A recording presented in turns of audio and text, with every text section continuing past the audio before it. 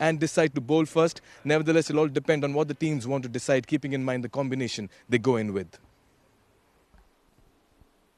Mikhail Vaswamy there with the pitch report, and yeah, all three teams so far have won the toss and chosen to field first. Will that trend continue? It tends to be something we see more and more in the modern T20I game, but a little while ago we had Neil out with the two captains, and let's find out what happened at the toss. We'll get there in a moment, but just seeing the scenes here at the Oman Cricket Academy, the two ovals in action. Every game is on the primary oval here, and the facility has really developed hugely in recent times.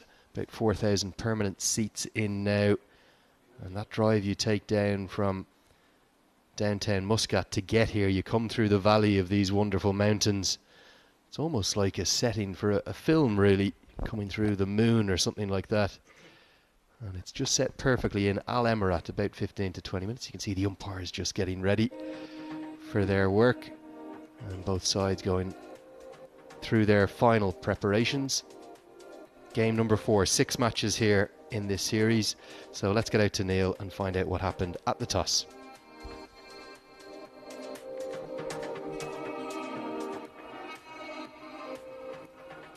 Welcome, ladies and gentlemen, to this beautiful ground, the Oman Cricket Academy at Al Emirat.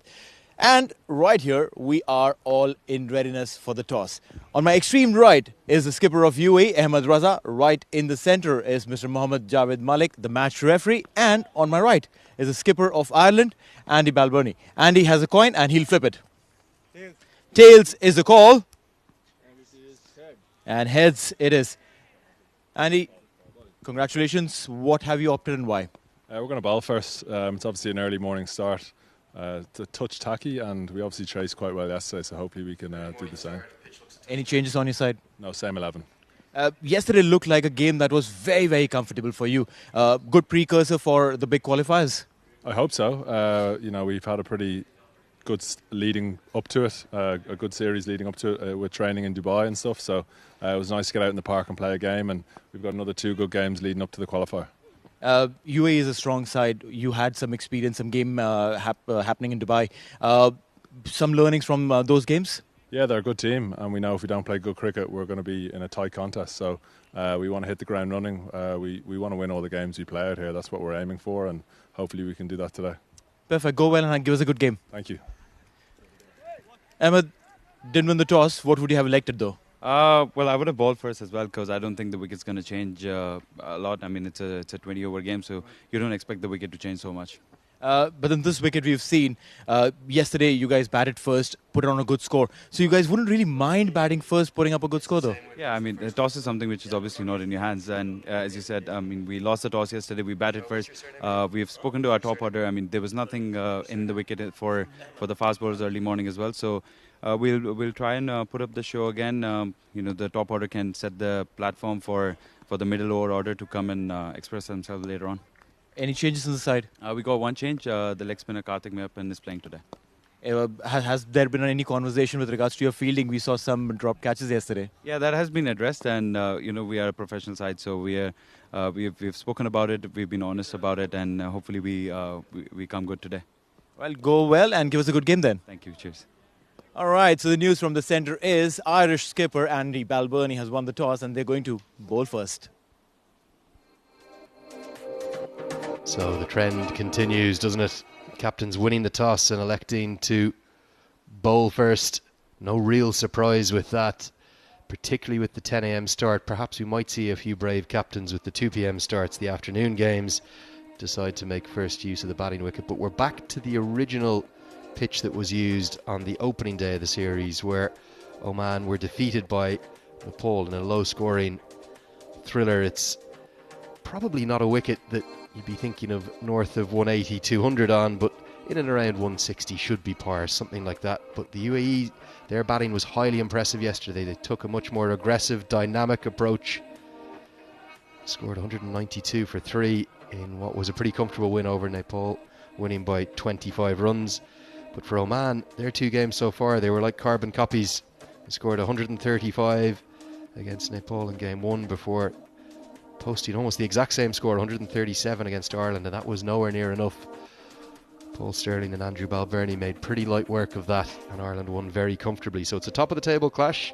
Ireland have the slight edge on net run rate, just above the UAE, but that's a side that they've played a lot of cricket against. They know them pretty well, and you'd have to think that Ireland will be looking to make sure, with the likes of Paul Sterling and Andy Balbirnie, that they stay in good form. They're the two key men for Ireland. Ireland unchanged, the exact same side. So you can see some good stuff from the bowlers yesterday, particularly Mark Adair, Craig Young and Simi Singh. I think Simi Singh was unlucky not to be the player of the match. And one change for the UAE, Mohammed Usman. He is left out today, and we'll see the leg spin of Karthik Mayappan. He's a really impressive young leg spinner, and Ireland have had their problems against wrist spin in recent times. But all of those UAE seamers were also impressive. They've got this 3 spin options with Ahmed Raza and Rohan Mustafa in the side as well. Josh Little will be wanting to bounce back after a disappointing outing yesterday, and he's going to be taking the new ball, opening up the batting for the UAE. It's going to be Mohammad Waseem, and at the non-strikers end he's joined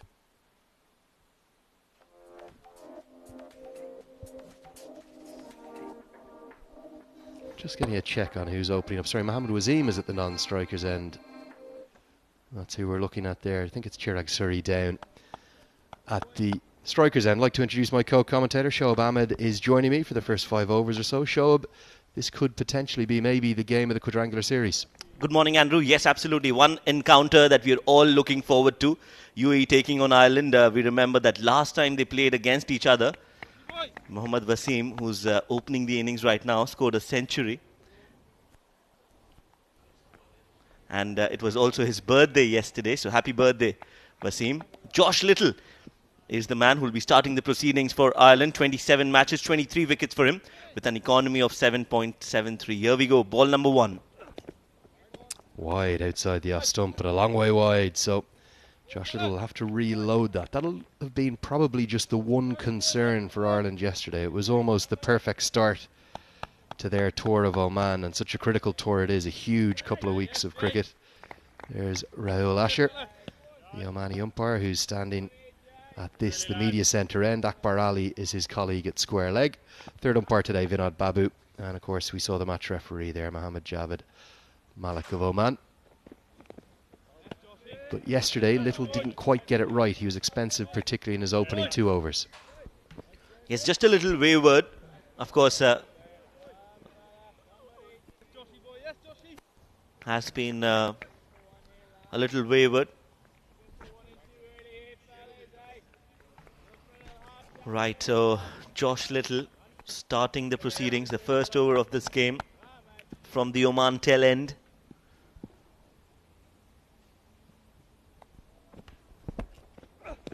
Wait on. Yeah, Little does get that nice shape across the right-handers with a natural angle, and then occasionally he can hoop it back in with the new ball. The new ball tends only to move for a couple of overs, but he's had big issues with his follow-through when he comes over the wicket, and you can see immediately only 2 legal deliveries bowled, and already Rahul Asher's down looking at the danger area. Yes, a lot of cricket has been played in these ovals in the past 6 months or so. So definitely a lot of hard yards put in by the curators as well. This one just outside off again. That angle we were talking about. Josh Little, he can cause a lot of trouble, especially with the new ball in his hand. He's had a brilliant 18 to 24 months for Ireland. He's, I think, arguably got the highest ceiling of any of the Irish players outside of Paul Sterling, who everyone knows so well about. And certainly at the Lanka Premier League, where he was picked up, he was highly impressive. Left armers in modern T20 cricket, they're very much in vogue, very much in demand. Oh yes, absolutely. I think they bring a different dimension to fast bowling. With the ball coming in and going out, they're always a trouble for the opening batters. A settled UAE dugout. Of course, both these teams have come out on the back of victories. UAE winning against Nepal and Ireland, winning against Oman yesterday. Playing a miss, nicely bowled. Again, it's just that angle across the right-hander. No real movement, and that's why I was surprised to see Paul Sterling come out of slip and come into mid-wicket. You would have felt that if you're going to get any edges, you'll probably get them early here in the first 3 or 4 overs, and this is beautifully bowled. Oh yes, very well bowled. Completely beaten on that occasion was Chirag Suri, who's in good form himself. Scored a very handy 80 odd runs yesterday.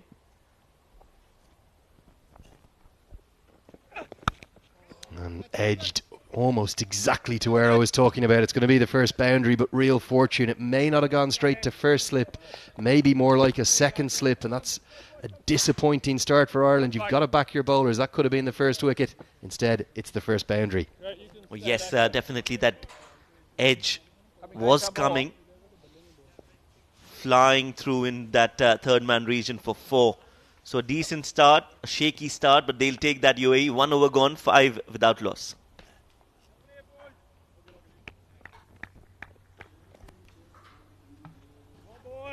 Scouting your middle.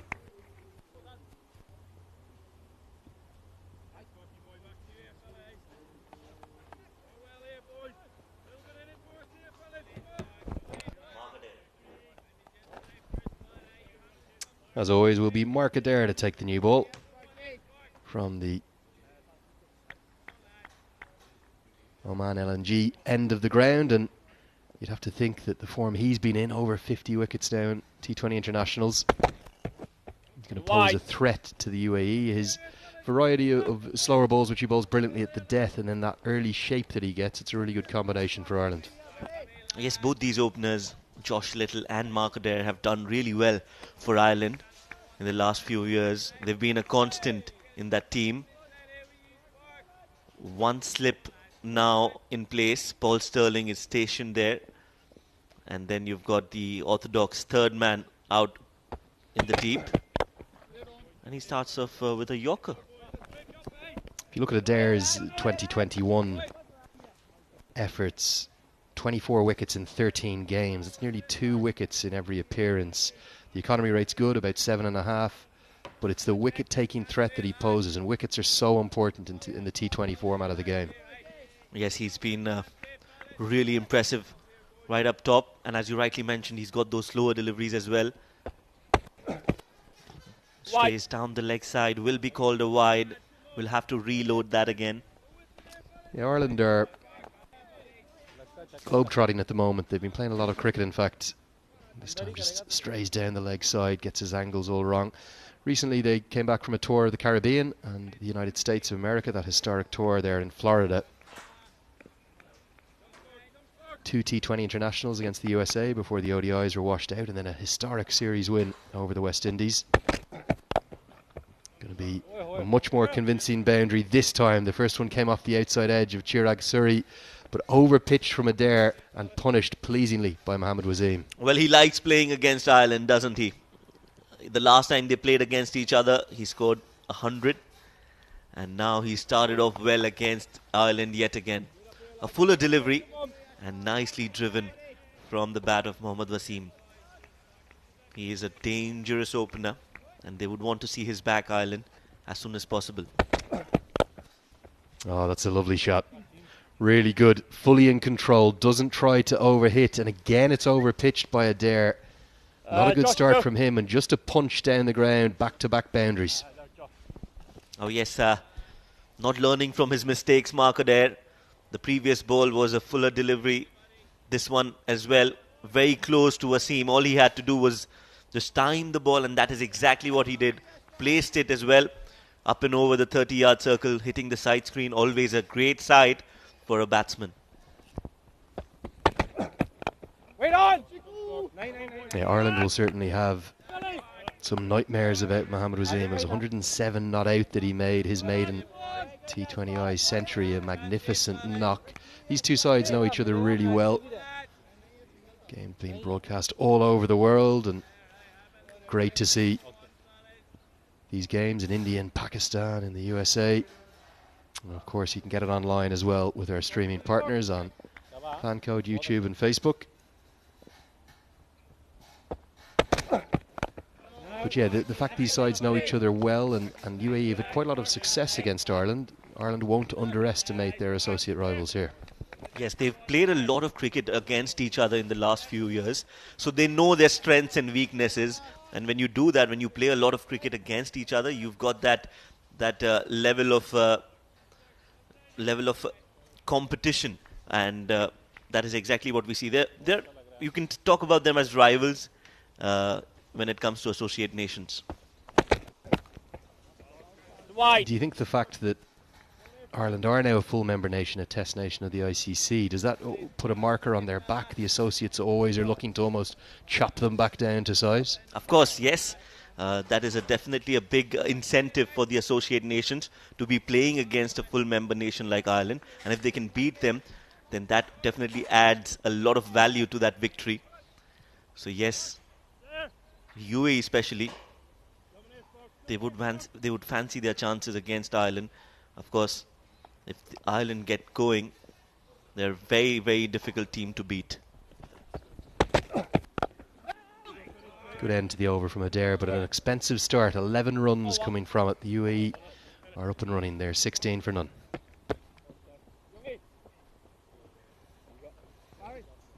Come, Joshy, come, Joshy. So Ireland remain unchanged, but UAE have made just that one change. Karthik Mayappan, his leg breaks will give a third spin option for the UAE. Again, is that a little bit of matchups? They know that Ireland aren't necessarily the strongest against spinners. Oh yes, I think that's a good ploy, especially on this wicket, because we saw the last time Nepal played against Oman. It was not a high-scoring game. It's a little drier than the other wickets that we've seen. So yes, that could also be a point. And also they would want to give chances to their squad, get the right combination in before the big ICC T20 qualifiers. And it was the summer T20 bash just about 4 or 5 months ago in October that these two sides played against each other in last 3 games there. Played and missed outside the off stump. Surrey giving himself too much room. But UAE won 2 of those 3 matches. And the final one was that century from Mohammad Wasim, where the UAE coasted to victory by 7 wickets. Yes, that was a Mohammad Wasim show. I was there at the venue witnessing the carnage from Mohammad Wasim, tearing apart the bowlers. He is a good talent once he gets going. The only problem I see is just a little bit of consistency. If he can bring that in, if he can pace his innings better, he is definitely a talent to look out for. That's a good ball there from Josh Little, banging it in just at the right length and beating Chirag Surya all ends up. Surrey's been on the move, though. He hasn't set any kind of a base for these strokes, and it's the extra pace of Little that's causing Surrey problems here. Still no slip in place, though. Oh, unreal fortune this time. Josh Little has been all over Chirag Surrey in this over. 2 plays and misses to start with. This time the attempted hook shot comes off the under edge, somehow evades the leg stump, and the second boundary for Surrey comes off a second edge. Yes, he will take that no matter how they come. Of course, Josh Little is not a happy man. No fast bowler is. Hasn't come from the meat of the bat.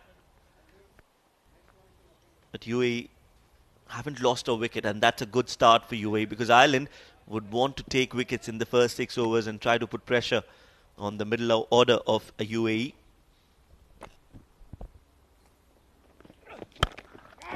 Slightly more convincing this time, but not out of the middle. Just be a single. Craig Young does the fielding. Chirag Surrey's innings of 84 not out yesterday was his career best in T20I cricket, and the game is a funny one. You tend to get strokes of luck like that. If you're out of form, that outside edge probably would have gone to the keeper, or the inside edge would have chopped on, but he's in form, gets away, and now he might get his innings moving.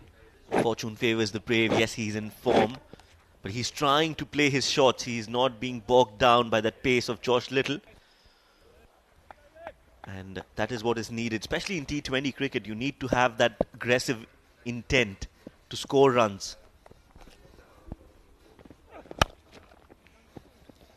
Probably the shot of the day.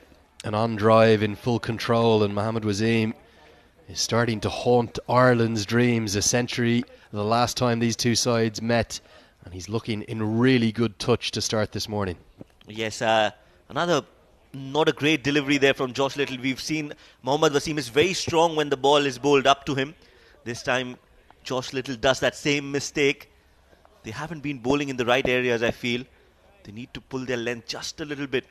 Get into that 3/4 of a pitch and try to bowl in the good length. That's much better. Chip towards Balbirnie, who takes the catch. And Mohammad Wasim is gone. A really good over from Josh Little, probing away, beats Chirag Suri twice, then the inside edge. Went away for the boundary, and although he was punched down the ground for 4, he has struck back, and Ireland have found that crucial breakthrough thanks to their left arm seamer, Josh Little. Well, that was the first time they've bowled in that good length area, and they've extracted that wicket of Mohammad Wasim. This is where they need to be bowling. Josh Little does that, and Andy Balbirnie takes a good catch to dismiss Mohammad Wasim. Yet another short start and a failure for Mohammad Wasim. 12 of 8, UAE lose their first, 25 for 1.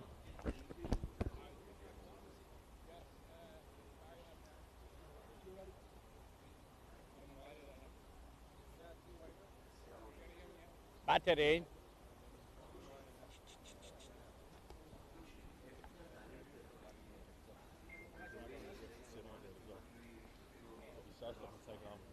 Big wicket for Ireland. They've dismissed Mohammad Wasim, and it's Josh Little who's provided the breakthrough. I thought that was a highly impressive over. He was all over Chirag Suri to start with. He may have overpitched just the once to Mohammad Wasim, but he pulled his length back, got it exactly where he wanted, and Mohammad Wasim has ended up tamely just chipping it up towards the Irish captain, who's taken a simple catch at cover, and that's a big breakthrough given Wasim's fondness for the Irish bowling attack. And Ireland will be a lot happier than they were maybe 5 or 10 minutes ago. Well, yes, and a talented batter replaces the other talented batter. Ritya Arvind is the new man in. Watch out for him, Andrew. Yeah, he'll be at the non-strikers end. Chirag Suri will be on strike because Craig Young is the change of bowling. Good diving stop by Paul Sterling. Very athletic in the field. He may not appear it. He's obviously a broad man, but he's really good. He's a low base, and this is a good diving stop, probably 4 runs saved. Absolutely, yes. Full credit. You need to be low, as you rightly mentioned, low base, and you need to be on your toes. That is what Paul Sterling is all about. You can place him anywhere in the field. Going to be runs, and could well be 4 into the leg side. Chirag Suri possesses great timing when he's in the touch that he is here, and Young is just angled into him, and no more than a clip to the longer side of the ground today, and he's going to get reward with the boundary. That is the shot of a man in form, right from the meat of the bat, not trying too much, just placing it, and a chase for the fielder. I think it was Mark Adair, couldn't get there in time. Chirag gets 4 more, 29 for 1. I wonder as the outfield had a trim overnight, that raced away, didn't it? Even though it's an early start, 10 a.m. local time, it really did scamper away, almost accelerated away from Adair, you see on your screen there. Good batting wicket you sense today? Yes, I think there's not much for the bowlers. If you can apply yourself as a batter, I think you will be able to score on. And as you rightly mentioned, 160 looks to be a par score on this wicket. Going to be more runs, and it's going to be, in fact it's not, I thought it was going to go over the head at first of Shane Getgate out at deep square leg. He didn't quite get it out of the middle, and because it's the longer side of the ground, it would have been 6 on the other side, but this time he's picked out the man at deep square leg. 2 wickets inside, just 4 deliveries, and Surrey's given it away after a battling start, a couple of edges, and this time it's Craig Young that strikes. Well, that was a good shot. The shot was on, but as you rightly mentioned, it was towards the bigger part of the boundary, and you had that fielder in play especially for that shot. Chirag Suri falls for that and has lost his wicket. 29 for 2 now. Chirag Suri walking back after a shaky start, and UAE are in some trouble. Surrey dismissed for 13. UAE fall to 29 for 2.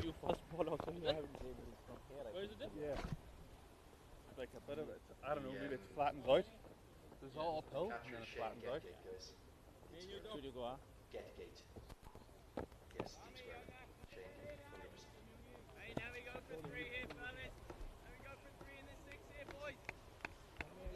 Covering your legs down. 2 to go.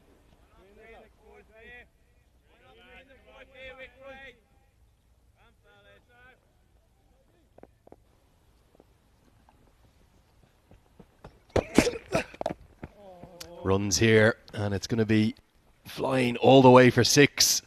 Just a pickup shot. It might have rushed him a little bit, and Vidya Arvind, who's come on to strike, has managed to get maximum reward. Fine leg up on the circle, maybe not the right option from Craig Young. Didn't look in full control, but he does get the maximum. Well, he likes to play in that area. He is very strong towards the square leg and fine leg region, and that ball has gone the distance over the ropes, and he started off well with a 6. I'm telling you, this man, Ritya Arvind, is the future of UAE cricket. It's his 11th T20I appearance today. Hasn't really shown anything yet with the bat. You think that there's something that he has. We'll talk about that in a second. The end of the 4th, 35 for 2. He's going to take it on. Yeah, sorry. So, Shoaib, you feel that this young 19-year-old, he's got a lot to offer? Oh yes, absolutely. We've seen him play towards a lot in that area.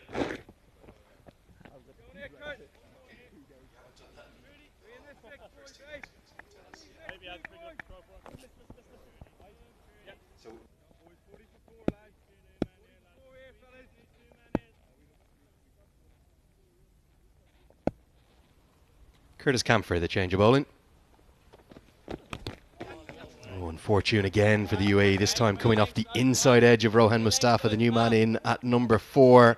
Again, it could have been a chop on, but this time another inside edge goes for 4. Oh yes, experienced Rohan Mustafa. He's got an edge, he's got a boundary, he will take that. So you're seeing 2 different generations of UAE cricket. A 19-year-old Ritya Arvind on the non-striking end, and Rohan Mustafa, he's one of the oldest in the team. And definitely one of the most experienced players in the team as well. We were just talking before the break there about Vidya Arvind, 19 years of age. You think he's got a big future for the UAE? Oh yes, absolutely. We've seen him play against the best in UAE, and he was not even 19 at that time, and in the domestic circuit as well. He scored tons of runs. Rohan Mustafa, 45 matches, 766 runs. They're looking for a quick single, won't get that. The reason I say Ritya Arvind is a special talent is because the way he plays, the way he approaches the game, he's got a very fearless brand of cricket that he plays, and that is why I feel he's a special talent. Also, he's born and brought up in the UAE, so normally you see players coming in from the subcontinent, but he's a homegrown talent who's played all his cricket in the UAE. 49 yesterday for Rohan Mustafa to go alongside 2 for 26, the all-round effort. And yeah, I think the United Arab Emirates, often spoken about as a bit of a sleeping giant to the game. We saw their best ever under-19 Cricket World Cup performance with the plate victory there out in the Caribbean, the fantastic facilities at Sharjah and Abu Dhabi and also in Dubai. You suspect that there's good things coming ahead for the UAE? Absolutely. I think UAE cricket has a bright future in the coming years. This time, Rohan Mustafa slashes that hard. That's his favourite zone. You bowl him there, he'll play all day, all night long. He gets 4 more. Width on offer, and the width is punished by Mustafa. It's not a good delivery. It's short and wide. And from that over-the-wicket angle, it's simply meat and drink for Mustafa to cut away, and it's rocketed off the bat. That's the much shorter side of the ground today. Mustafa gets good reward through the offside.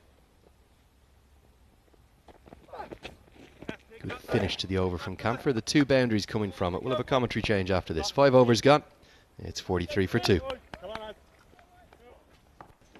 So guys, mate, I'll just tell the other commentators that you'll cue them when they're back from the break. Each over, yes? Okay.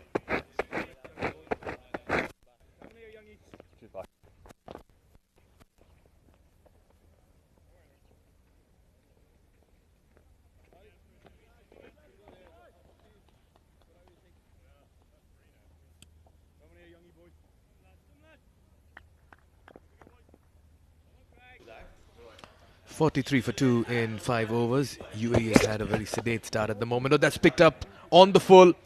Ritya Arvind has walked in and played some delightful shots. It's talent on display.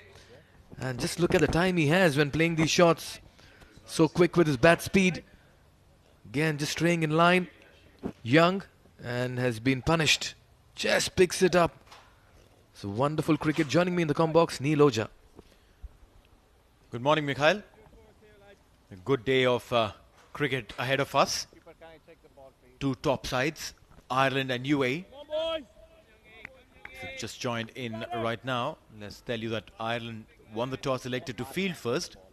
UAE has lost both their openers, Chirag Suri and Mohammad Wasim. And some repair job coming in. Ritya Arvind and Rohan Mustafa. Rohan on the back of a well-made 49 yesterday.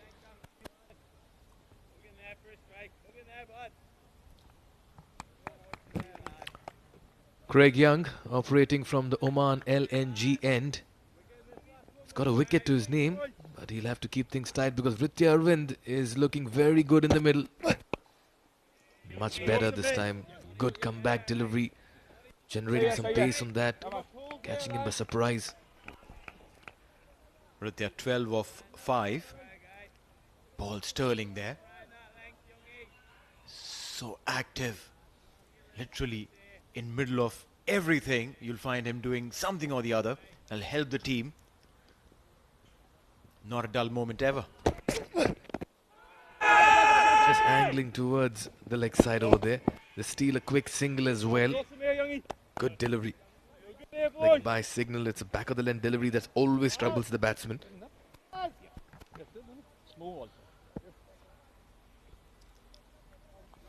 Angling in.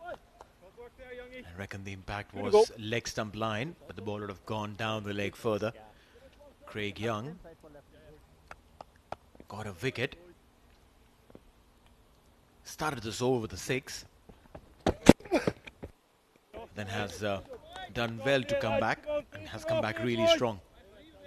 How often do you see that leave in T20 cricket? Rohan Mustafa did in the last game as well, Neil. Allowed the ball to go. Hardly see such kind of defensive approaches. You're right, and especially in the subcontinent. You get to see that very often in, in English conditions. When the ball is moving. Hardly in the subcontinent. Batters generally want to throw their bat at literally everything that's in and around the off-stump line. Again allows that to go. Watchful, tentative. 6 overs gone. It's 50 for 2.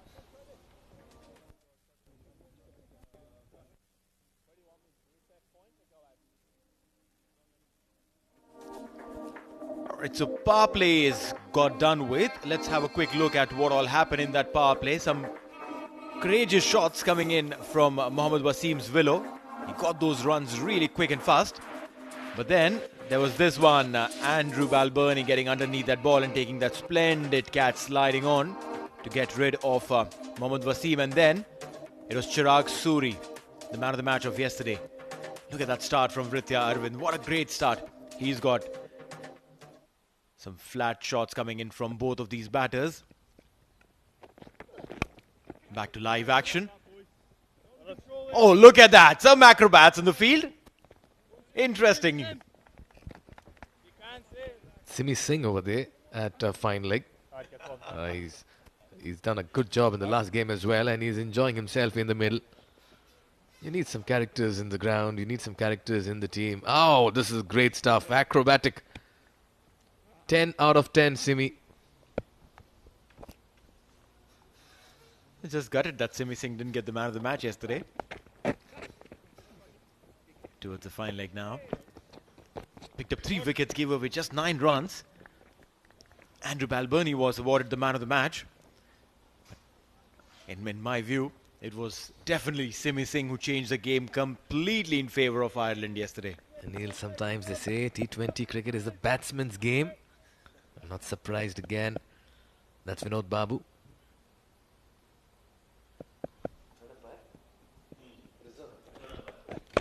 Oh, he's pulled it this time. Didn't quite get bat on that. Will have to settle for a single. Ritya Arvind in a short stay is just announcing himself as to what a wonderful talent he is for UAE cricket. So confident with his footwork and shot selection. Oh, absolutely. He's a brilliant lad. Very good cricketer. And loves to play the quick ones.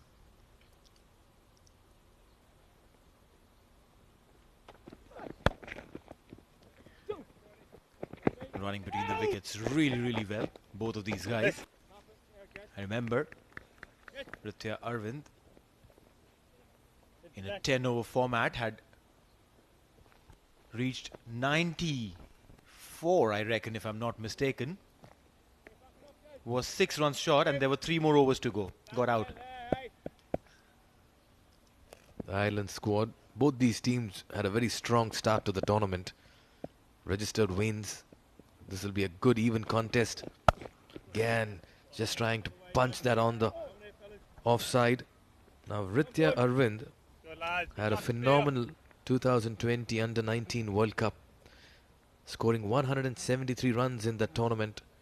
And he also played some fine knocks where they upset some big teams as well, like New Zealand, if I'm not mistaken. His 53 against New Zealand in the 2020 Under-19 World Cup spoke volumes of his character and mental resolve.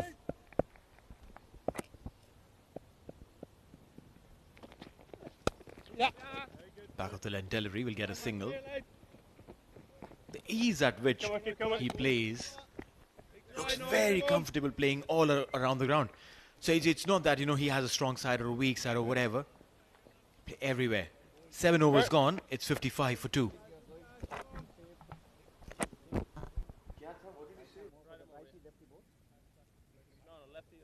Okay.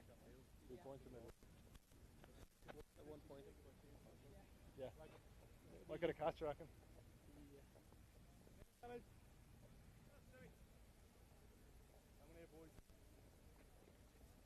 On a change, coming right more.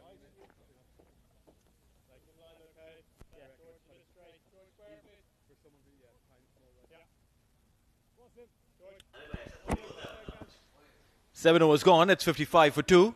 Simi Singh has been introduced. The magician from yesterday's game.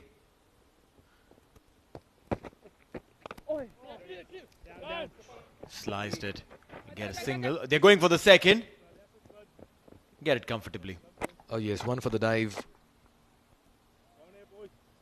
Ritya Arvind, youngster.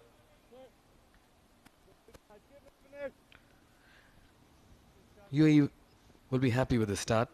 They'll want to accelerate.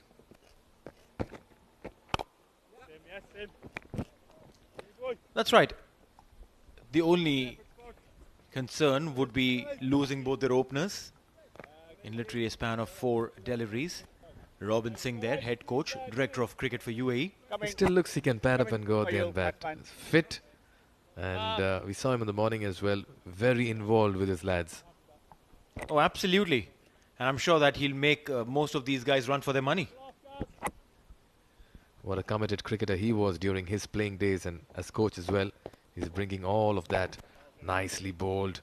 Simi Singh will guarantee you those 4 tidy overs. He'll slip in quickly and also ask a few questions. Well, that's right. We saw that yesterday. Just 9 runs of 4 that he bowled. Rohan Mustafa. For a spinner, it's generally taxing to bowl to a right-hand, left-hand combination. But Simi Singh, he's probably got a GPS fit in his mind. Absolutely. It's a seamless transition for him. But then adaptability is the key in professional cricket. Rohan Mustafa. He does take time initially, but then he tees off in style the UAE side. The physio there. Well, yes, Dr. Manish Pardeshi, the physio. I had spent a little time this morning with him.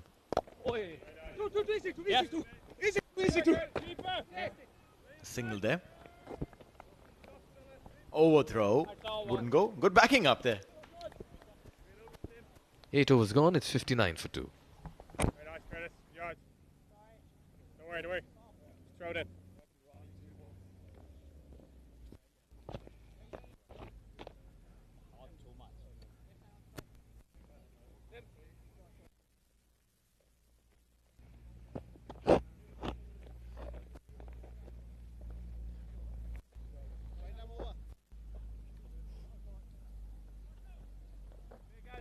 Okay.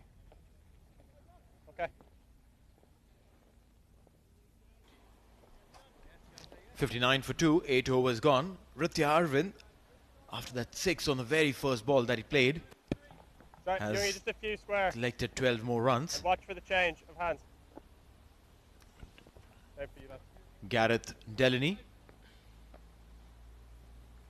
Hi, guys, Lar. right arm leg spinner, coming in from Oman tail end.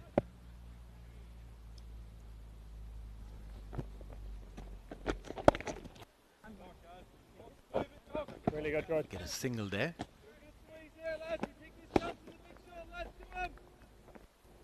The spinners are Here, kind of lad, slowing really down good. the process there for scoring as far as UAE is concerned. They probably want to face an over each and then maybe try and expedite.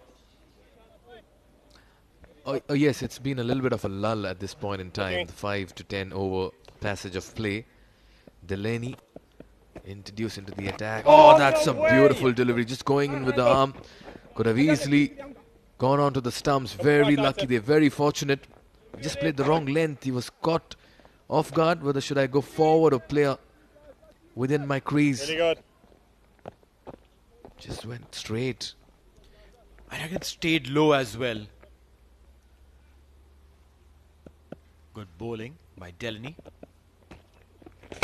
Toss of delivery. Keep your job. Single. Look at that. Mustafa wanted the second. And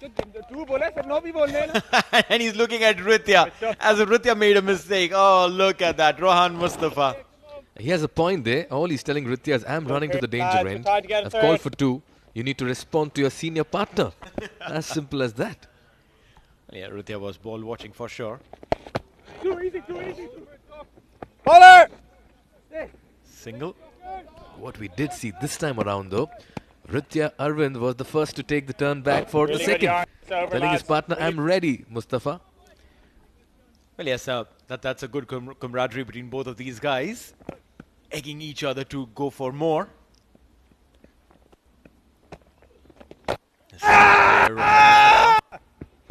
Stifled appeal by the wicketkeeper there. At first. We've hardly seen any turn for the spinners all through this tournament. Again, just going straighter. And that's why sometimes as a batsman you look to play for the turn. And that's where you end up maybe getting dismissed. But Good this stuff, time most batsmen are looking to play through the line. Right, you have the long on, long off placed for the leg spinner. The counter. They're dealing in singles and now we'll go for the second. A little Very good. slide enabled them to take that 2. So 9 overs gone at 67 for 2. Wait there, boys. Point. From where? Just mid wicket. Just feel he's more. Ball, no mid wicket. 2 points for the right. Yeah.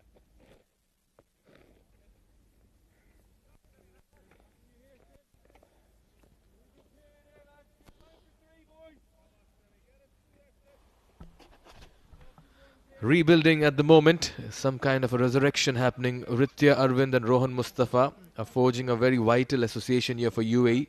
This after Chirag and Mohammad departed very early in the innings. They looked good, came into double figures, could not convert it. Oh, how did he miss that? And that has missed everything.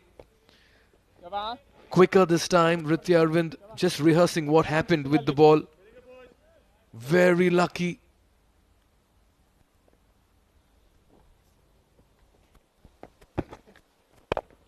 Looking a little tentative against the spinners. Get a single. Yeah. Bowling from the Oman LNG end. Simi Singh. Batsmen need water next over. What I saw when Gareth Delaney was bowling, the ball was staying low when he tried to pitch it a little further up. And that will cause little concern as far as the batsman is concerned.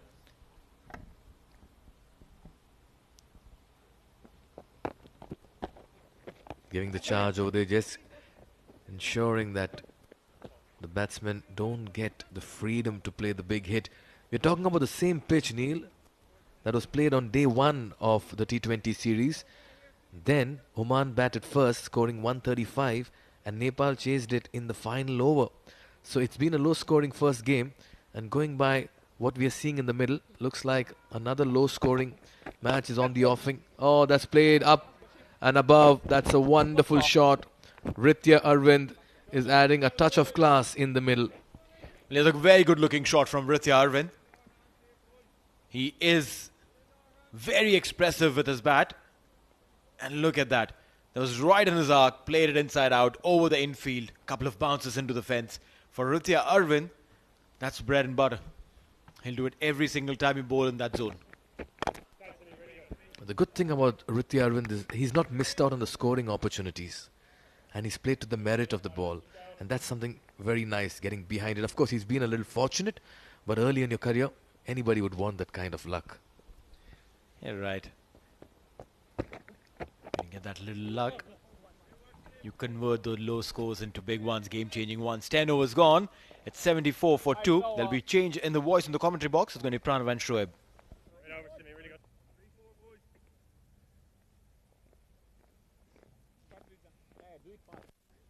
Come on. Maybe the third umpire will write timing and all. Yes, thank you. Yes, only 20. Too quick. Thanks, huh?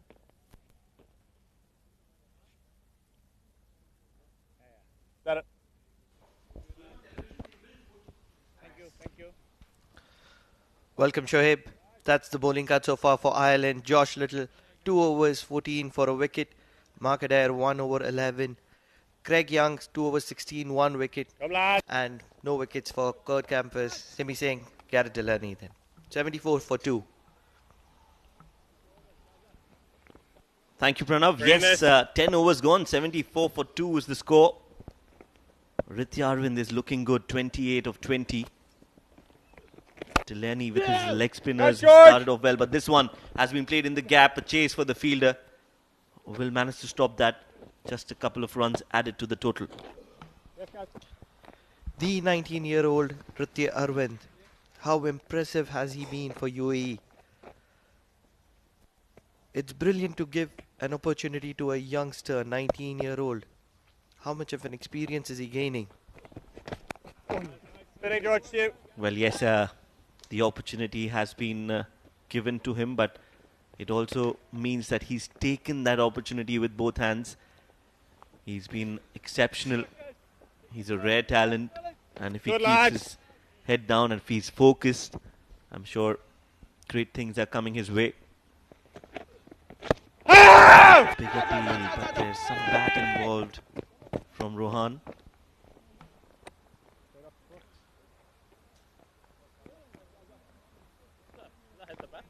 That was a close one. No, couldn't do nothing else. Yes, you got it right, Shoaib. Probably a little bit of bat is what umpire Rahul Asher thinks.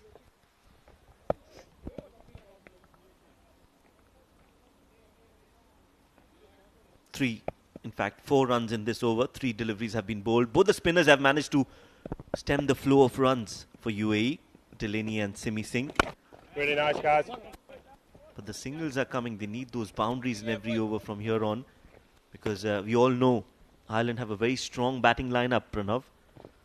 And if their openers get going, especially Paul Sterling and lads. Balbirnie, no total is a big total for them. Certainly. Oi! They have a base to capitalize on. I'm sure that UAE would be looking at somewhere around 160, 165. It's often said in T20, if whatever you get in 12 overs can be doubled in the remaining 8. Well, yes, if you have wickets in hand and if you try and put pressure on the bowlers. As of now, both these batters are happy to take those singles and rotate strike. Another over comes to an end. 11 overs gone. The score is 80 for 2.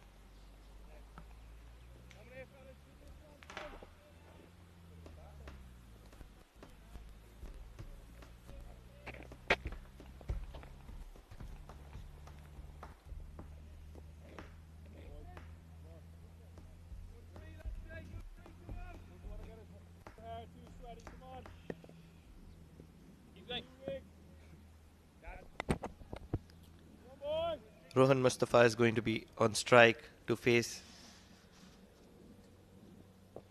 Simi Singh. Love the pace at which Simi Singh bowls. Keeps it very flat and sharp. He doesn't flight the ball too much. He's a lot quicker in the air.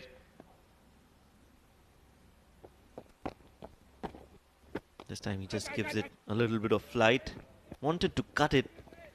Has to look to play straight down the ground, Rohan Mustafa. He's very square on the... He's very good on the square of the wicket, both sides. We'll have to see if he can use those hands and those quick hands and play that ball straight over Simi Singh's head. Wanted to take the aggressive route there, Ritya Arvind, using his feet, but blocked himself. It's only a matter of time that both of these talents for UAE capitalize. The intent is just going to be flowing in. Another good ball. He's very, very specific and very disciplined with his length, Simi Singh, and that is why he's so difficult to score runs off. He'll keep bowling at that one length and make you do something different. And that's when he gets wickets as well. Does he remind you of somebody? Well, not me. For sure. He's much more disciplined in terms of bowling. Well, who do you think? I feel he's more like Saqlain Mushtaq, although the right hand comes in a little too early compared to what Saqlain Mushtaq used to, but almost similar. Oh yes, absolutely. The action is just a bit like Saqlain, but the run-up is totally different. 12 overs gone, UAE 85 for 2.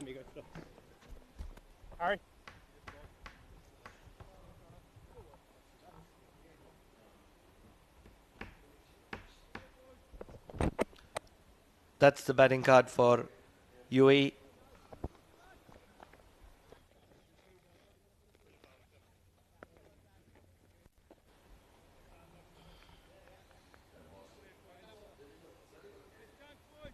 That's the batting card for UAE. Chirag Suri getting a start, 13 of 14, not able to capitalize. Mohammad Wasim looked brilliant for 12 of 8. Ritya Arvind is playing fantastically on 35 of 26. Rohan Mustafa 20 of 24. 85 for 2 at the end of 12. 170? Oh yes, they would want to fancy that.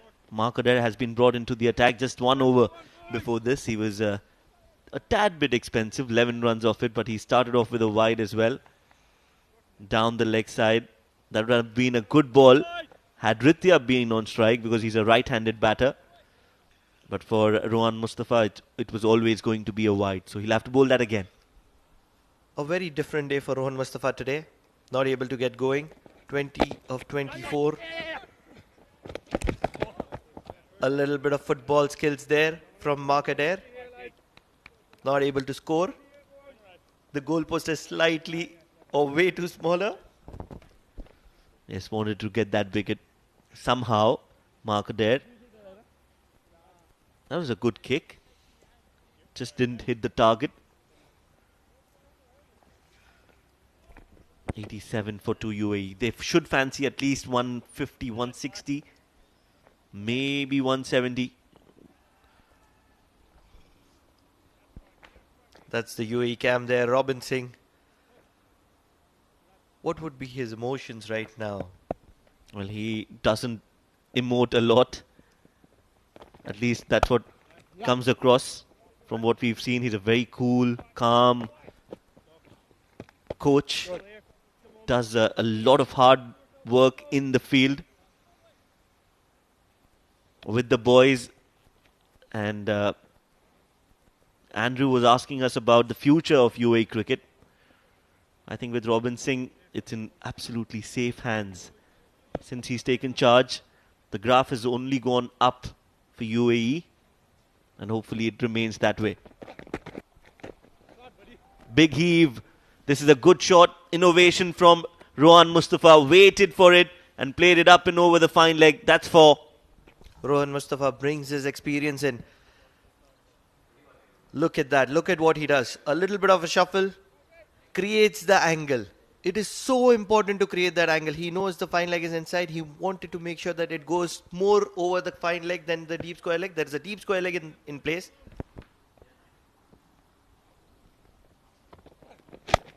This time outside off. That's his strong zone. He's cut that, but there is some protection in the deep.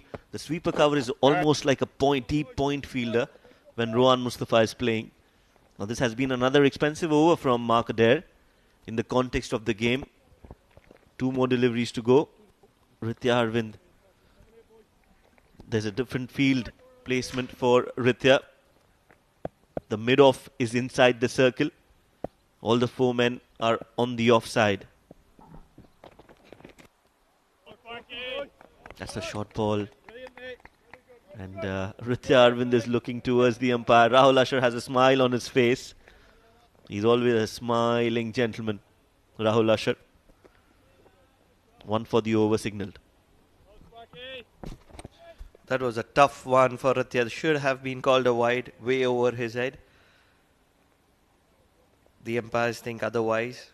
Rahul had an amazing stint at the Under-19 World Cup recently concluded. This time up in the air. And very close to that fielder. Did not time it too well, Ritya. He'll find himself to be a very, very lucky man. Because Ireland don't drop catches. This time it was a half chance. Josh Little is not happy. And so is Mark Adair. 13 overs gone. UAE don't lose a wicket in that over. 95 for 2. You need something, you're not asked to ask.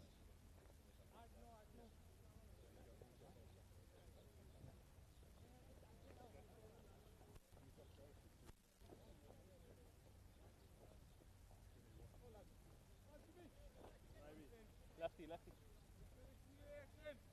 Yongi, where you are, please.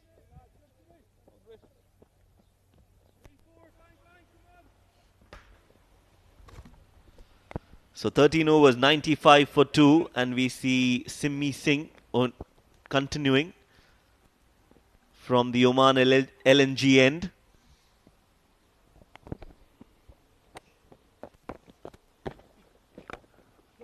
What a shot is that from Rohan Mustafa. Heaves it right over the deep square leg fielder for a 6. Massive 6 from Rohan Mustafa. What a great shot, really. Stepping down the track, he had premeditated that shot. He knew that Simmi Singh is going to bowl it in that area. And he's donked that from the meat of the bat. It's gone the distance. It's not a short boundary. And it's cleared comfortably in the end. Rohan Mustafa moves on to 32 of 28. And UAE with that 6 breached the 100-run mark. 101 for 2. Let's look at that catch in the previous over. Ritya Arvind just chipping it up in the air. And that was good intent from the fielder Josh Little. Almost there. Should have taken that. Ritya Arvind really couldn't do much, but just thank his stars. I've been very impressed by Ritya Arvind.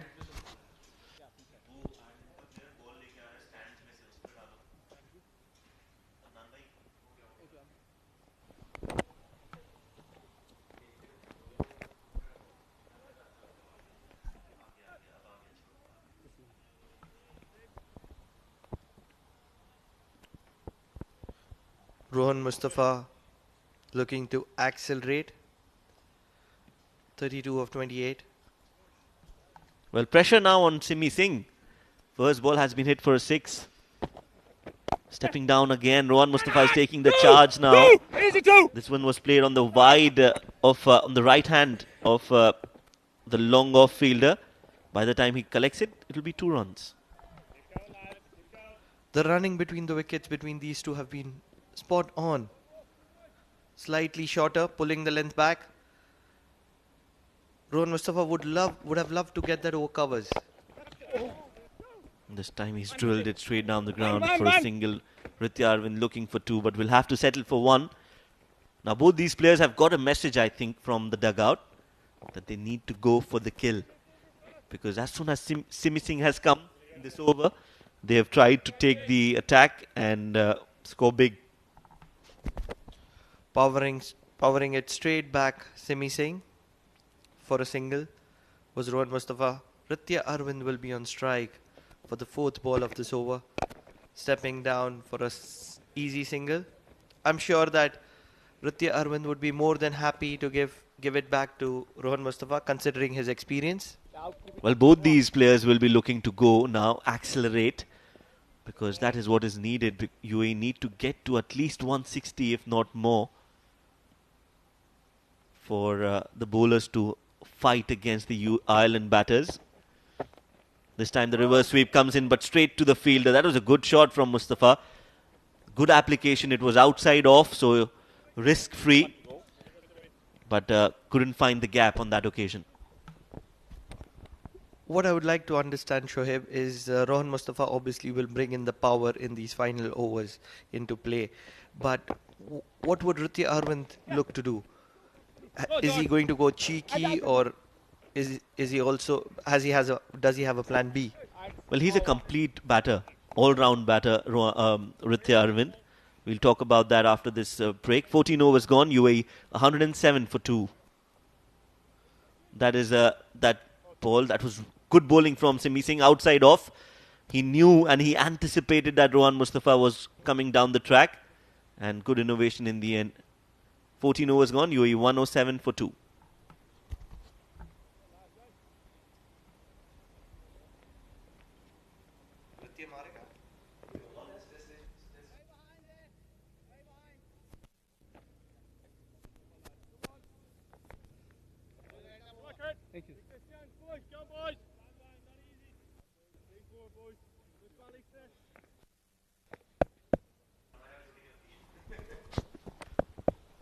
There's a bowling change from the Oman tail end. That is cheeky. That is over the keeper. A reverse paddle. What a player is this Ritya Arvind. Well, I told you he's a complete player. He can play all around the park. And that is exactly what he's done. He's played that over the keeper's head. Now they'll be looking to accelerate Ritya Arvind. He's been good so far. Nelson on board. 111 for 2. What a player has Ritya Arvind been for UAE. Trying to copy it once again, not connecting it. This was closer to him. Practicing the shot again. Look at that. Slightly too close to play that. That was the shot was on. It was not the application that was wrong. Just that the ball got a lot of bounce from Curtis Camphor. He bowled that with a hard shoulder. This time on, plays it straight down the ground. Ritya Arvind in the gap, fumble, and Rohan Mustafa takes 2. This is really good running. Very, very good running between these two players. Putting pressure on Ireland. And as soon as that has happened, there's a change in the field. Andrew Balbirnie goes towards the long on. And this is a really, really good running between the wickets. My question is, who is the younger of two? Rohan Mustafa or Ritya Arvind? Well, both are under 19, I would say, the way they're playing. Well done. That is Ritya Arvind for you. Brilliantly played. Placing it in the gap. This is good game awareness as well from Ritya Arvind. He realized that the third man was inside the circle and made full use of that. Excellent batting. I cannot believe that this is an under 19 boy shining in these wonderful grounds of Oman Cricket Academy. An under 19 cricketer. Well, he's not under 19 anymore.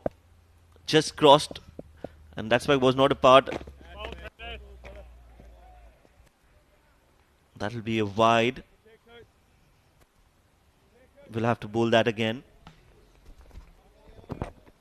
That's one for the over. These are our broadcasting partners: India, Eurosport, Pakistan, Geo Super, USA Next Level, Nepal, Himalaya TV, Middle East, Dubai Sports. We are also shining bright on our streaming.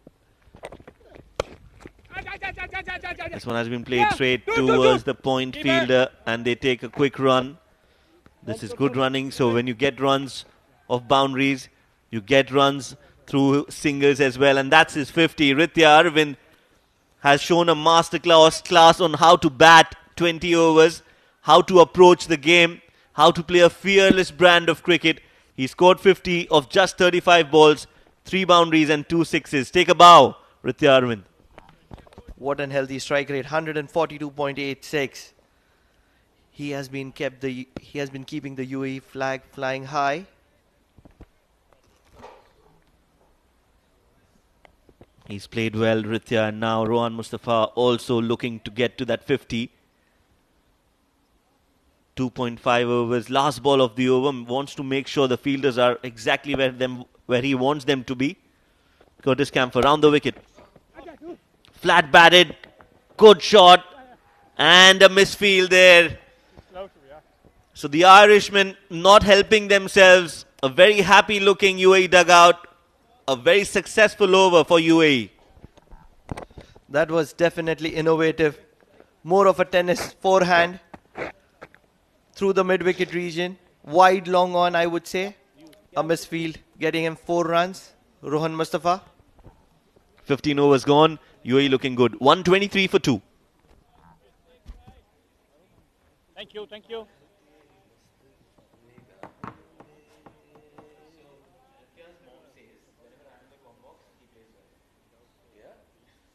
All change.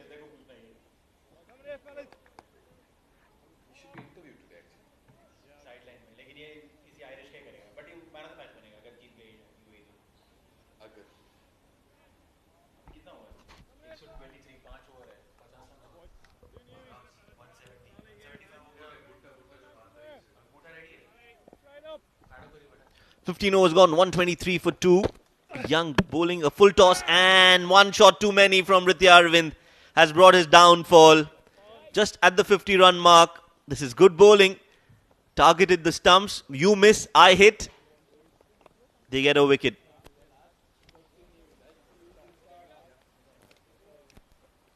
Yes, that was a shot that he plays so well, but on that occasion missed it. And Ritya Arvind, after a good knock, is walking back. 50 of 36. UAE 123 for 3.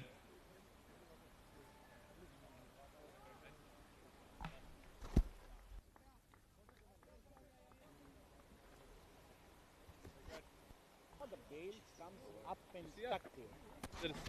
That's the reason I'm thinking. I saw one video. It happened when the ball hit it. I bowled again. What happened to the mark? And the big game. That happened. Next to top behind.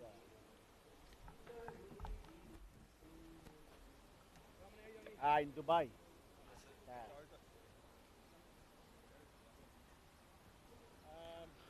The new man in is Basil Hamid, and to take you through for the next 5 overs, it's going to be Neil Ojha and Mikhail Vaswani. Thank you so much, Shoaib. 8 matches, 111 runs, strike rate of 138 plus. Covering Alexa. Basil Hamid, Why to go? new man in. Yesterday we saw him coming in and taking charge of the run machine as soon as he came. Comes on the back of Ritya Arvind. Scored a fantastic 50. Starts off. A flick of wrist and will get off the mark. Yes, Ireland have just lost a little bit of momentum in the last few overs, and they've just let things slip out of their hands. It's been a wonderful counter-attack. Take a look at his dismissal once again. Not the length to play that shot. The rush of blood getting the better of him this time. And Ritya Arvind just showed everybody that he can make a smooth transition from being a compact player to an impact player in the middle. Oh, absolutely. He is the one to watch out for. Someone who will be in services of the UAE cricket for a very long time. Meanwhile, Rohan Mustafa slashes up in the air. Chance. And he drops it. All right. Looks like the Irish had some extra butter this morning for breakfast. George Dockrell there. And that's what we've been talking about. In the field, Ireland have just looked a little off colour. Straightforward catch. He should have taken that. It's Dockrell, the most experienced campaigner in the side, and he's ruining that chance. He's a little disappointed with that effort of his. Wanted to cut, didn't get enough. Will get a single nonetheless. That'll bring Barcelona on strike, but Rohan on 43. Yesterday, he missed out on a half century, got out on 49. Courtesy some brilliant stumping. But today again, he's created that opportunity for himself. And by doing so, what he's doing is he's ensuring that right in the middle of the heat, he's scoring and scoring at good pace. 43 of 35 for Rohan, Barcelona strike. Played towards mid-wicket. Running the first run fast. That's Mustafa for you. He's done a good job applying pressure on the fielder. He's looking for the third as well. What an athlete he is in the middle. Quite like his energy. Oh, well, he's a champ. When it comes to running, I'm telling you, there's no one better than him. And mind you, he's not just come in. He's not fresh legs. Look at the way he took off over there. And he's pushing his partner who's just come in for the third as well. There's always going to be two in this. But in all of this, may I add, Neil, Craig Young has once again bowled exceptionally well in this match. A wicket at the first ball, almost had 2 wickets in this over. The drop catch by Dockrell, but 22 in his third. It's been wonderful this morning. All right, he moves off. Probably some disturbance for Basil Hamid. He's not ready. He wasn't ready.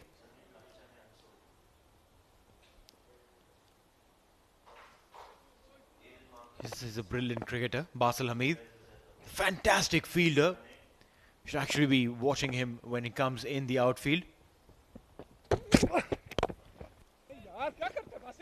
Is there a chance? It is, and taken this time. No butterfingers. Basil Hamid will have to walk.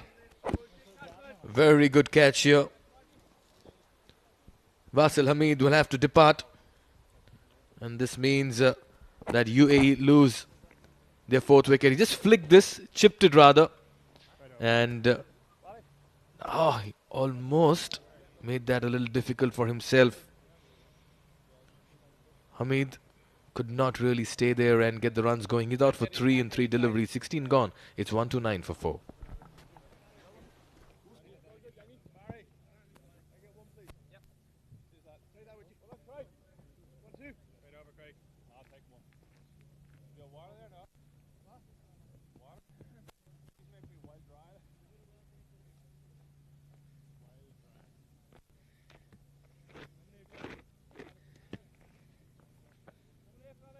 The middle, please. The middle, please. I want off stump, please.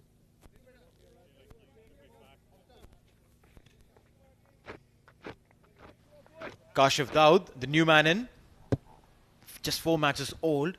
40 runs to his credit. But look at that strike rate. 181. Every time he comes to yield the willow, he knows one way, and that is the big way. Also scored a half century in the third ODI against Oman. Was a man of the match of that game. Slow one, back of the hand delivery. Starts off with a bang and will get a boundary. Oh yes, Kashif just picked that up from good length and has played it. What a shot. You're talking about the strike rate of 181. This is why he gets it, because he can play some shots like this. Nothing bad in that delivery. It's just that he picked it up way too early. Now, the next 4 overs, will be very entertaining because you have an in-form Rohan Mustafa and you have Kashif who just walked in and played a very good shot. Little. It's a slower bouncer. Just back of the length delivery. Didn't really bounce enough. But then the intent is absolutely clear. Don't give them any pace whatsoever. We've hardly seen too many change-ups this morning. Ireland in the previous game of theirs used a lot of change-up delivery. This was Basil Hamid departing, just chipped it towards long on.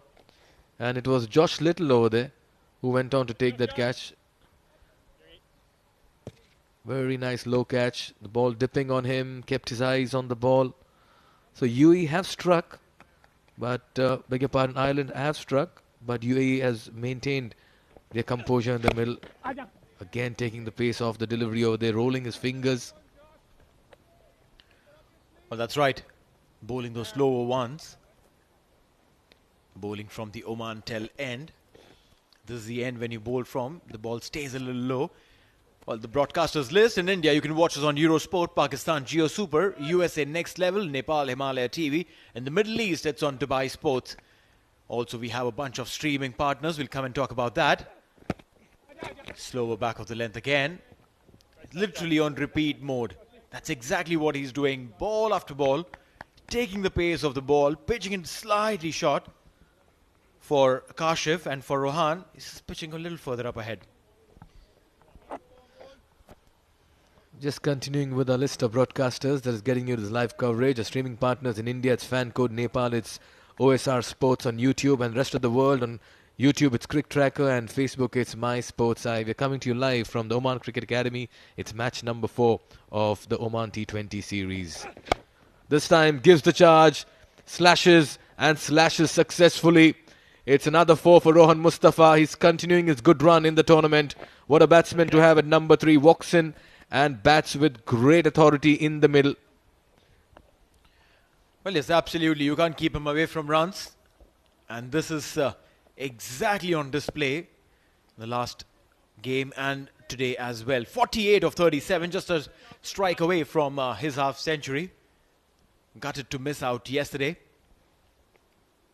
Rohan Mustafa steps down, will get a single. 49 for him, and that'll be the end of the over. 17 gone, it's 141 for 4.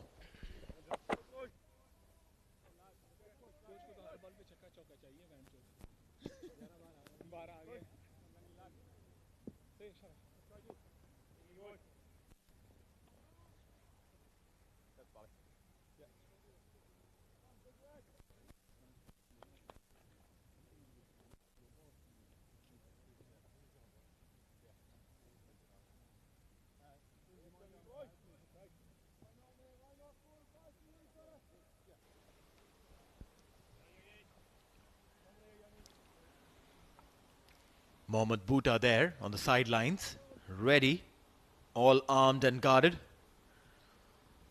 And that's not the shot that he's going to play ever. The soft hands. Meanwhile, Rohan Mustafa, with that single, will reach his half century. He gets an opportunity to raise his bat. Is he? He realizes now he does. That's what it is. Yesterday missed out. Today he gets it. Claps from everyone in the dugout. But he knows that the job is still half done. Oh yes, he's having a good run in this tournament. 49 in the previous game, a 50 not out now. He's holding this UAE innings together. He's constructing their total. And what a fine innings it's been at a fairly decent clip of 128 with 5 fours and a 6. He's the mainstay. He's Mr. Dependable for UAE. He's mixed caution with aggression. Goes for the big hit. Has not quite middled it. Got the low toe end of the bat. Kashif.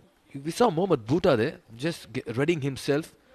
Shouldn't he have come ahead of Kashif? Well, I reckon yes, but then I think it's probably a thought that, hey, let's get everyone a shot. Kashif didn't really get that opportunity to bat long yesterday. Maybe an opportunity for him to get his willow, some ball. Slower one there. Beat him completely. It's been the stock delivery for most bowlers. The slow one for the pacers, particularly the back of the hand, the roll of the fingers. You've got to create the doubts because the batsman otherwise on a surface like this will actually fancy taking you outside the park. Well, honestly, you need to clear some doubts in my head as well. Modern day cricket, fast bowlers are bowling the slower ones, the spinners are bowling the quicker ones.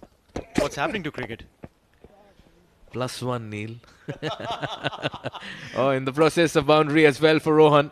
He's decided to tee off and free his arms. He's not going to wait anymore. He's the man in form, and he's playing some sublime cricket in the middle. Yes, look at that. Inside out, over the infield.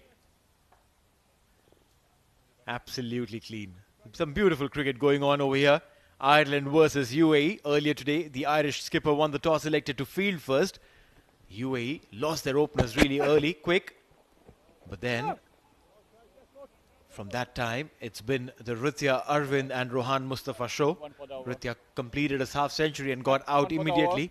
Rohan Mustafa continuing right now, 54 of 42. That's Rohan Mustafa walked in, played some good hits behind the wicket, used his feet well, picked that one for a big six of Simi Singh, and that a slap tennis cricket shot, should I say, and raced to his 50. This time he drags one onto the stumps. It's an inside edge, and just as we talk about how good an impact he's had, he departs. Well, at the strike of 18th, 147 for 5, Rohan Mustafa loses his wicket. An inside edge. Is literally going anywhere and everywhere, this ball. If he had connected, probably would have had to take it from someplace else. Rohan Mustafa, 54 of 43, bowled by Craig Young.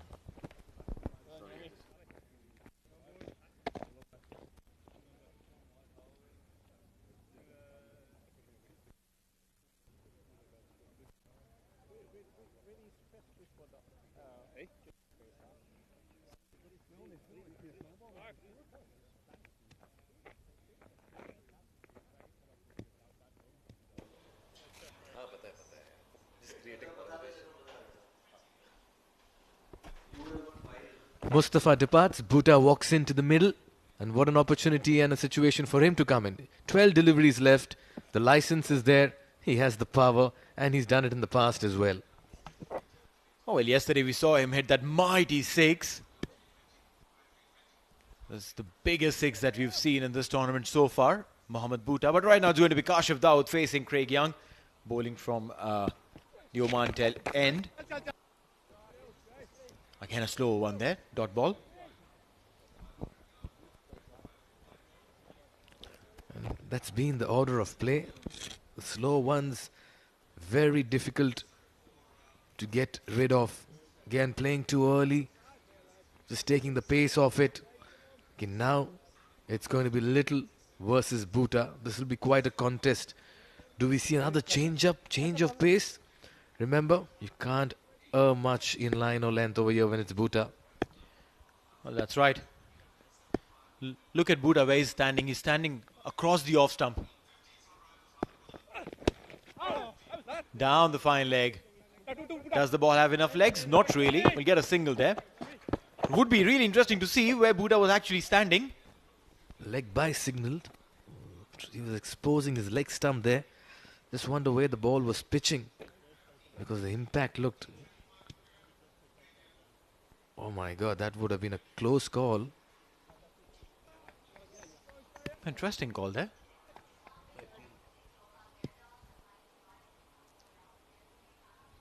Little against Kashif. Up in the air, scooped it. But we'll get a single. Every time they're going aerial, they are not able to clear it. There's no breeze whatsoever, so it's not that they're trying to hit it in the breeze. Little has been impressive as well. Deep cover point, long off, long on in place. Four fielders inside the circle. You have a deep square leg and a deep mid wicket as well, and a short fine leg in position. This means that you don't have a third man and a fine leg. T20 cricket has defied quite a lot of conventional cricket that we used to see once upon a time. Again, interesting to see where Mohammad Bhuta is standing. Again, outside off. Very interesting guard there. It's not your conventional middle leg. It's outside off. It's probably the second stump outside off. He's eyeing that mid-wicket region, but in the process he's actually eyeing the longest part of the boundary. But he backs his power. He's a strong man. He just wants to deal in sixes at the moment. 152 for 5 in the 19th over. I just feel for the kind of recovery UAE has had, they may feel short. Well, that's right. This time flat batted up in the air. Will drop shot of the fielder. Misfield there. Will get a couple of runs.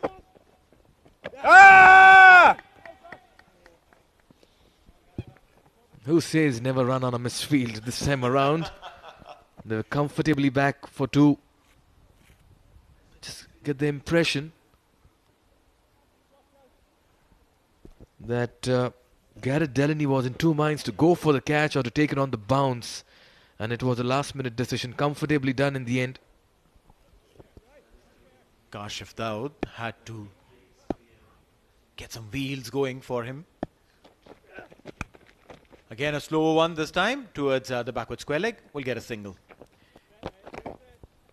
What's really impressive about this over is that no boundaries so far. 19 overs gone. It's 155 for 5.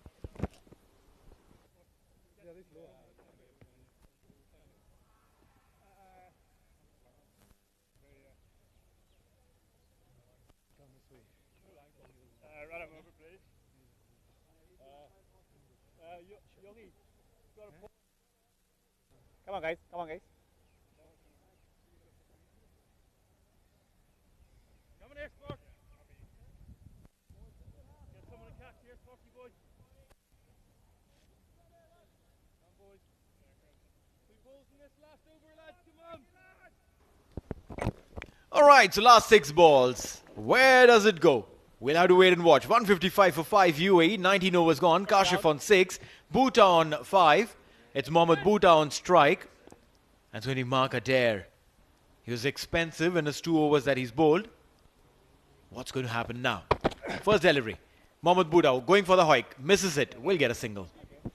Oh yes, he's been unable to connect the ball. And you get the feeling that this track is not like what it was with the adjacent track that we saw yesterday, where the ball till the very end was coming onto the bat.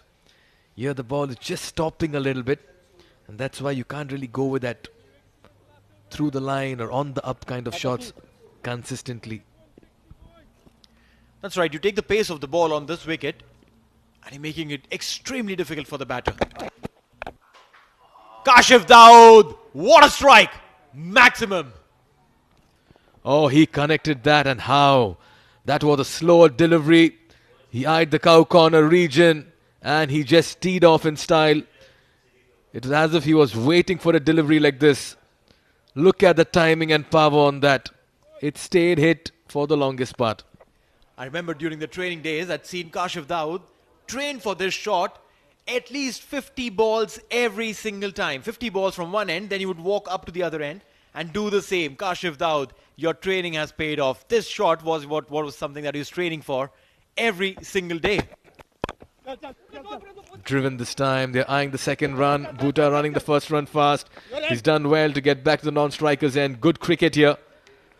And all of a sudden, this 20th over is providing some entertainment and excitement in the middle. That's right. Kashif Daud and his partner in crime for those training sessions was Mohammad Usman, who's setting out today. Both of these guys take a bag of balls. Slow one this time and will race away towards the fence. One bounce into the boundary, 4 runs. Oh yes, he's picking his areas very well at the moment. Kashif Daud raced to 18 of 9. Another very ordinary delivery on the shorter side of it, drifting down to leg side. And you can't really keep a field when you're bowling and spraying on both sides of the wicket. 2 more deliveries to go. Over has been expensive. 13 runs already. UAE just inches away from the 170 mark. And on this wicket, 170, 175 would be a good total, I reckon. Oh, top edge and boundary. 4 runs. Oh yes, everything going Kashif's way at the moment. Markader has had an off day at office. 38 in his 17 deliveries. They say fortune favors the brave. Throwing everything at that. You need some luck in life, they say, and I'm sure Kasif will say, you're right. Well, yes, Kashif had looked at the umpire, asking if that was one for the over. That's a smart move. The umpire did signal one for the over, so he knows that's not a bouncer. It's not going to be a shortish delivery now. Neil, the batsmen want everything and anything these days. Well, yeah, it's you know, the cricketer has become a smart player now. Look at that, fuller one. He was waiting for that. And he's got the max result. 6 to finish this one. Kashif Dawood, you've done really well for your team. 23 runs off the final over. Kasif Dawood has got 28 in 11. And just when it looked like UAE were not getting to a competitive total, well, they have set a humongous target now for Ireland. And this last over and this big, huge 6, monstrous by Kasif Dawood, sums up UAE's stay in the middle. What an innings it's been from the team and by the lower order as well. Wow, phenomenal power hitting coming in from Kashif Dawood. Ireland now will require 179 runs to win this game in 20 overs. It was a good start for the Irish, but then in the middle, there's 2 solid batters coming in and ensuring that they get enough runs. Ritya Arvind and Rohan Mustafa. And at the fag end, it was the Kashif Dawood show. Let's have a quick look at the scorecard. Chirag Suri, 13 of 14. Mohammad Wasim, 12 of 8. Both of these guys got their stars but couldn't convert. Ritya Arvind and Rohan Mustafa. There you go. That's solid middle order. 50 for each. 50 for Ritya, 54 for Rohan. Basil Hamid didn't really do anything to impress today. Then comes in Kashif Dawood, 28 of 11, and that last over, 2 6s, 1 4. That changed the scoreboard as it looks right now. Mohammad Buddha, 6 of 5. We'll take a look at how things panned out here for UAE when they came out to bat. They began on a very strong note and a very confident note, and just when it looked like they were stitching a partnership together, first wicket fell, a very nice catch by Balwani, the captain. But it was once again Chirag Suri who decided to try to play things up and continue the good run that he had in the previous game. Some very, very good shots. Ritya Arvind as well joined in and played some exciting cricket, brought in a lot of class. Rohan Mustafa as well used his feet and anchored this particular innings and stitched a vital partnership with Ritya Arvind before he departed while trying to play an innovative shot. Wickets then tumbled for a brief period of time, but Rohan Mustafa's good run continued as he got to his 50 and at the stroke of 50 departed. Well, yes, while these guys lost their wickets, there was a constant flow of runs coming through. Rohan Mustafa and Ritya Arvind, they did their brilliant job there. But then we'll have a quick look at the bowling card. Josh Little, 4 overs, 30 runs and a wicket. Mark Adair, 3 overs, 44. Extremely expensive ball, that very expensive last over. Craig Young, 4 overs, 28, picked up 4 wickets. Everyone else went wicketless, including Curtis Camphor, Simi Singh and Gareth Delaney. Alright, so quickly, let's go down with Andrew, who is waiting for a quick interview by the ropes. Got Rohan Mustafa here, superb innings, 49 yesterday and a T20I 50 today. You batted really nicely out there, Rohan. First of all, thanks to Ula. Yeah, of course, it looked good batting track. And when you get settled down, you know, you need to take the match till the end. And then when you want to hit, you can hit him with this pitch. You look to get the pace of the pitch pretty quickly. You're happy with your total? Yeah, happy with the total. In the last over, Kashif scored some 20 runs, and which is very good. And you know the momentum comes in. I think it's a good total, 180, good total on this weekend, and we have a few good spinners. So I think if you bowl well, I don't think so. It's easy to chase. Finally, Rohan, you seem to really enjoy playing against Ireland, don't you? Yeah, I think, you know, from last couple of matches against them, I have a very good performance, and I hope I carry on in this tournament and later on as well. Rohan, best of luck in the second innings and best of luck for the rest of the tournament. Thank you very much. Back up to you guys there in the commentary box. Oh, thank you, Andrew. A confident Rohan Mustafa saying that they're happy with this total that they've got for their side, and which means that Ireland will need 179 runs in the 20 overs. And we'll come back with all the live action on the other side of a very short break.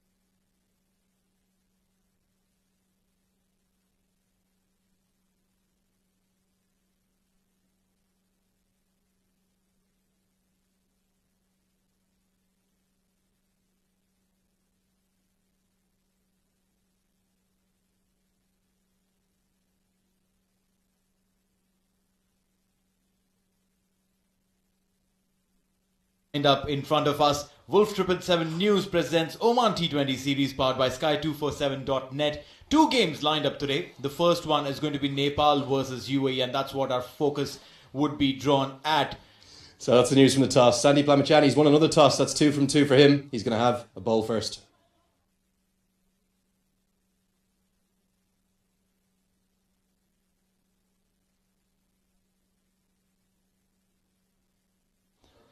Rather came to 4. The umpires making their way to the middle. Rahul Ashar.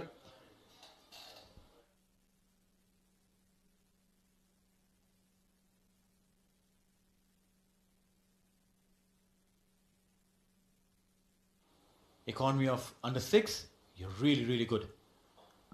But this time it's going to change. Over the infield, one bounce into the fence. Wasim's got a boundary. He can actually get that ball to turn as well. Up in the air. And this one will be the first maximum of the day. Coming off the willow of Wasim, it's almost like, oh, spinner, hello, 6. He's shown what he can do on the first ball. This time, again, in the same fashion, the result is going to be 6 again. 2 sixes in a row for Wasim.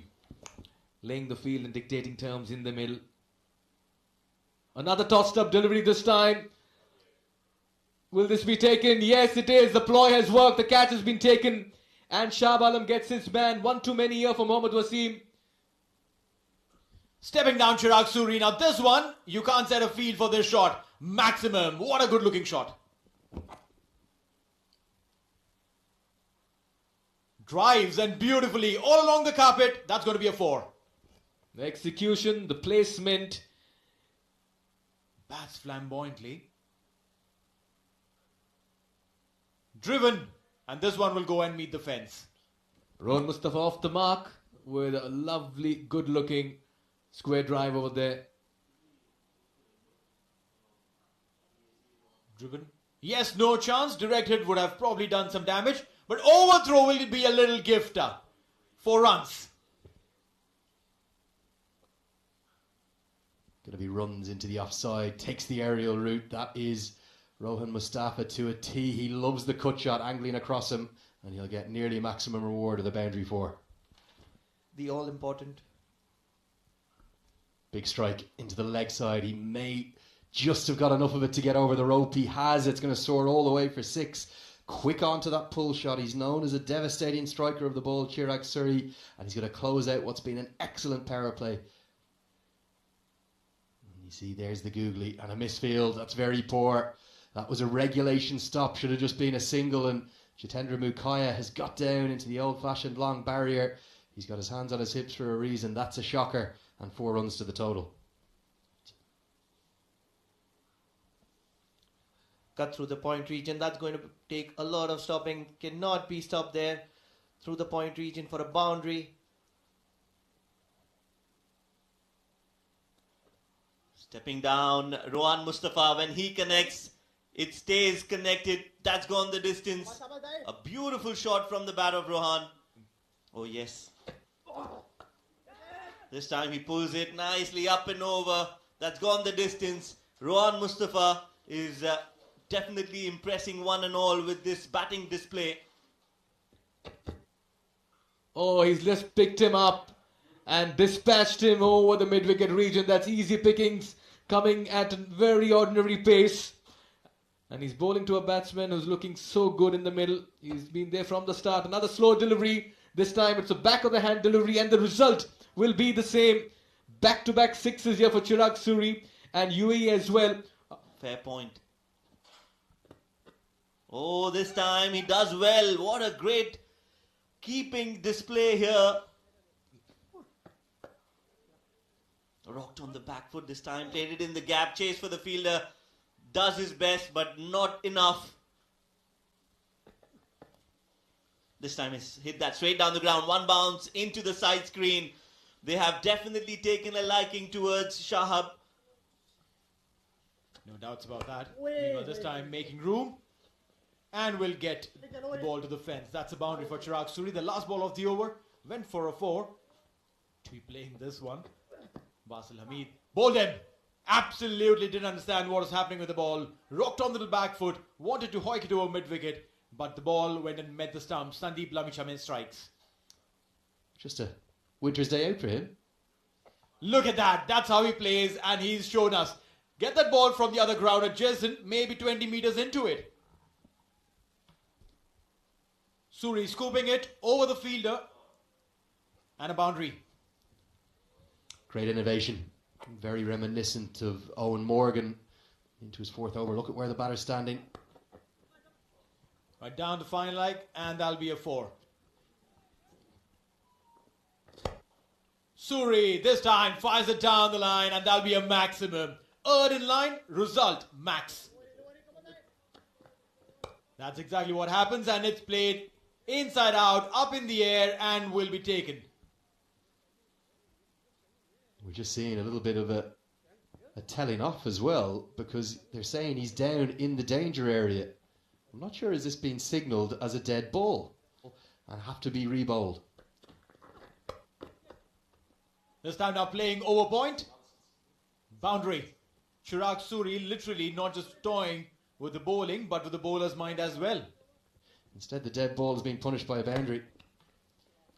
And a boundary to finish the over. What a fantastic finish. Chirag Suri finishes with a flurry, a 6 and then 2 boundaries.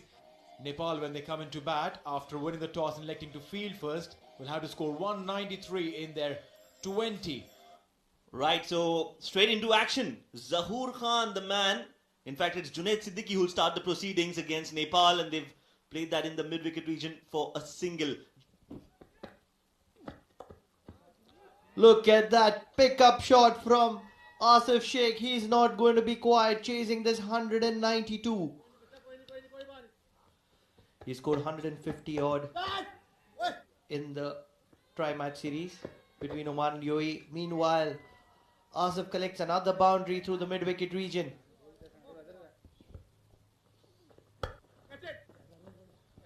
This time shot and pulled well. Will go the distance, 4 more for Nepal.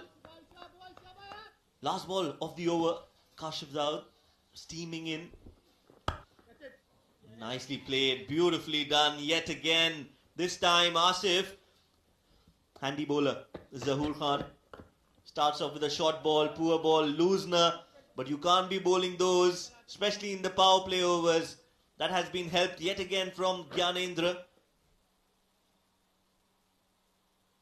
Short ball, easy pickings for Asif. Just the right kind of start that Nepal needed. And Asif and Gyanendra are delivering the goods for the team. And this time has been taken for runs. The umpire will signal a maximum.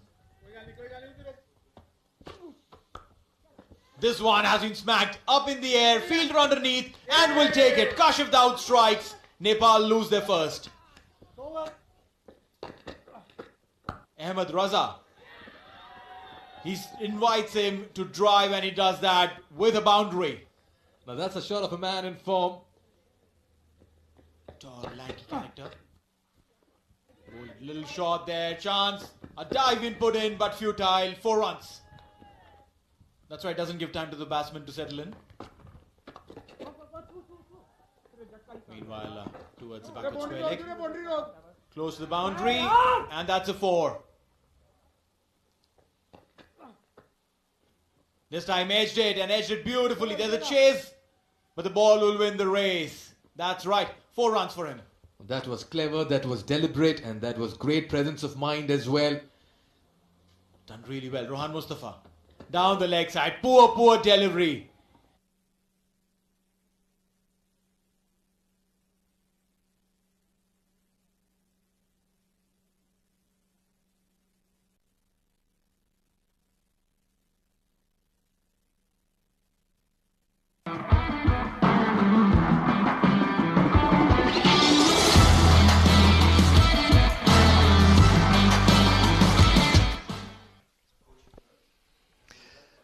Welcome back to the Oman Cricket Academy. It's game number 4 of the Wolf 77 News presents Oman T20 series, powered by Sky 247.net. 250s were the backbone of that innings, and a magnificent cameo from Kashif Daud right at the end. He smashed Mark Adair for 23 runs from that final over, and that might have just given UAE the edge at the halfway stage of this game. Really good stuff from Craig Young, a second 4-wicket haul for him. He was the pick of the bowlers, no doubt, but good stuff from Rohan Mustafa and Kashif Daud and Vritia Avarind, his first ever T20I 50. The pick of the bowlers, no doubt about that. Craig Young, his second ever 4-wicket haul in T20I cricket, and a really poor day for Mark Adair. 3 overs for 44 for him, and some troubles too for Curtis Camphor. Just a couple of overs of the part-time leg spin of Gareth Delaney. Simi Singh as economical and effective as ever as well.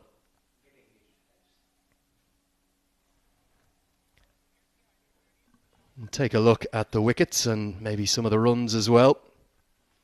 Andrew Leonard here in the commentary box. Great to have Mikhail Vaswamy with me for the first time. Mikhail, your thoughts on the first innings? There was some really good stuff from the UAE batters in particular. Oh yes, they batted exceptionally well. Just take a look at the highlights, how things panned out for them batting first. They did begin on a very strong note, a very confident note, played on both sides of the wicket. Of course, they were lapse in concentration as well at times. They lost 2 early wickets of Chirag Suri and Mohammad Wasim. This was the first to go, Andrew Balbirnie with that catch. It was a good catch, that one, but then Ireland were a little bit tardy in the field. Those 2 drops, one coming from Josh Little and then the other coming from George Dockrell of all people, who's usually such a safe pair of hands in the deep. They were costly, and the UAE batters, they started to prosper. The youngster, Vritia Avarind, his first ever T20I 50, he was really impressive and he looked to hit all around the ground. And what about Rohan Mustafa? He is ageless. Oh yes, Mr. Consistent in this tournament, and for UAE as well. Some unconventional shots, but what he did was he kept the innings together. Vritia Avarind showed he can be an impact player, a compact player. Lapse in concentration, just got the impression Ireland were a little untidy in the middle. Watch this, the final over. This could be game changing. Mark Adair went to his slower balls, but they were picked up, and the final delivery of the innings in particular, you'll see it after this ball, was massive. Probably about a 75-80 yard hit out to the bigger side of the ground there. It went not just over the rope, but it went up onto the balcony, and that means that Ireland are going to need 179 to win from 20 overs. A real challenge for their batting lineup, but they were very impressive yesterday, led by Andrew Balbirnie in his new role at the top of the order, where he's replaced Kevin O'Brien, the long-term opening partner of Paul Sterling. And Paul Sterling, to me, yesterday, Mikhail, he looked like he was just having a bit of a net. Is he going to show us the fireworks, show us the power that he could possess? I was just coming to that, Andrew. Got the impression he wanted to spend some time in the middle. He wanted to occupy the crease, get a good measure of the conditions, because the qualifiers are happening at the same venue. But today it's a different situation. It's a steep chase. That's Paul Sterling for you, the stalwart, the superstar of Ireland cricket. Just limbering up, isn't he? He's getting ready to go. And he is an outstanding ball striker, and it's a big day for him, not just on the pitch, because potentially off the pitch as well. We've got day 2 of the IPL auction. That would be the day that he's likely to get picked up. Yesterday with that T20I 50, he went into 4th place in the all-time run scorers at the top of the charts, and the names that he mixes it with, and that strike rate is lethal. For a top order batsman, for an opener, a strike rate of 140, that's Sehwag-like, and that's what's the impact we are talking about. Andrew Balbirnie as well, a new role for him as an opener.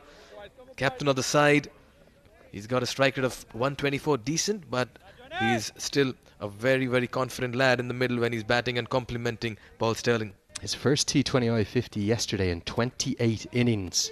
Did have a couple of chances as well. One life early in particular really should have been taken. Junaid Siddiqui it's going to be to open up the bowling for the UAE. And this UAE bowling lineup, it's varied.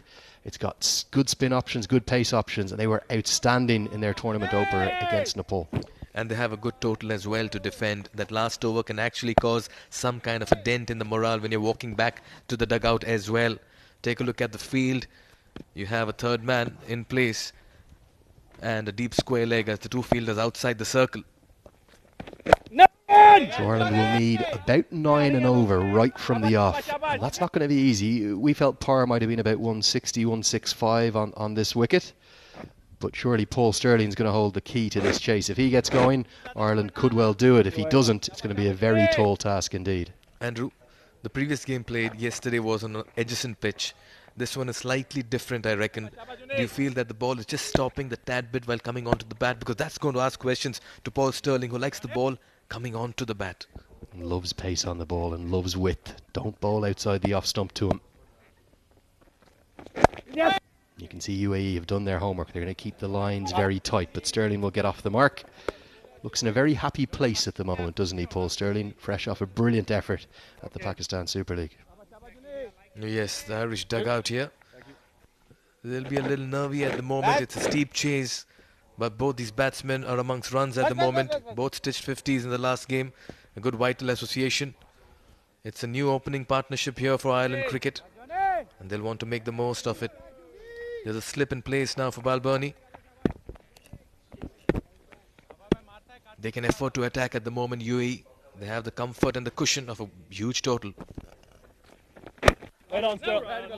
For Balbirnie, who does often take a little while to get going at the start of his innings, when you're chasing 9 and over like he is today, yesterday it was easy, it was 6.5, 7 and over, he's allowed to have that slightly slow start, but it's much more difficult when you need 8.5, 9 and over right from the off. Absolutely, but in the process it should not add as pressure to Paul Sterling at the other end. That's one concern that maybe everybody will keep in mind, because you want Paul Sterling to play his brand of cricket, which he will do. All you want Balbirnie is to just get going as early as possible. Good start so far for Junaid. He's kept things tight in his first 3 deliveries. And the slip had just come out and gone. Ahmed Raza himself there to that mid-wicket position. So the lines are going to be very tight. They're not going to offer any width. They haven't found any movement through the air. So they're going to try and keep things simple. He's a good leader, Ahmed Raza. Yes, and he's quickly removed the slip as well. Not seeing much in the pitch at the moment. Any kind of swing or deviation off the pitch. Slip is away.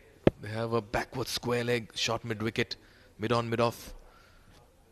Cover point, backward point, and extra cover. For the block hole, doesn't quite get there. Mix up, direct hit is going to be gone.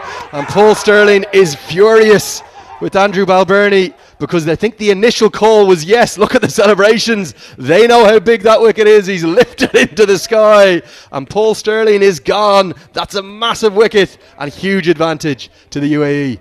And it's that young man, Ritya Arvind, and look at Paul Sterling. He's livid with his partner. He just gave him a stare and is walking back to the dugout. But contrasting emotions, and look at this team UAE. They know they're seeing the back of the most dangerous batsman in T20 cricket. Yes, no, stranded and in no man's land. That was the problem. The initial call was yes, and that's where Sterling went. And he went to the captain's call. He's gone for 1. Ireland in early trouble. It's 1 for 1.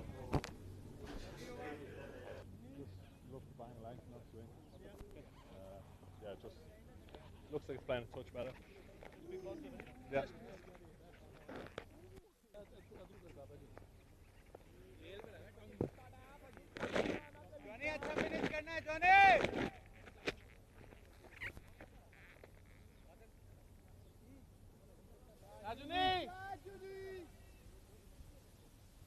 Well, what a start we have had. The Irish captain has run out his vice-captain, Paul Sterling. It was yes, no, wait, sorry. And Paul Sterling, I don't think he was happy. Gareth Delaney's in at 3. He's at the non-strikers end. Balbirnie will get off the mark to close out a very eventful first over. The score is 2 for 1.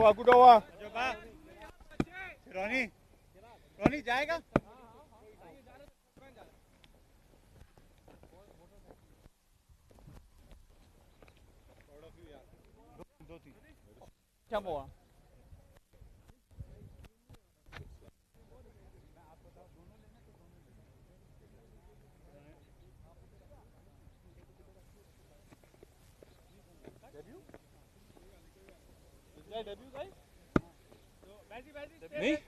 No. Can I give the wicket? It's covering a leg stop. Four inside. Scouting middle. You're down there. Slightly move. Stu. Order coming right arm up. What a start we've had to this chase.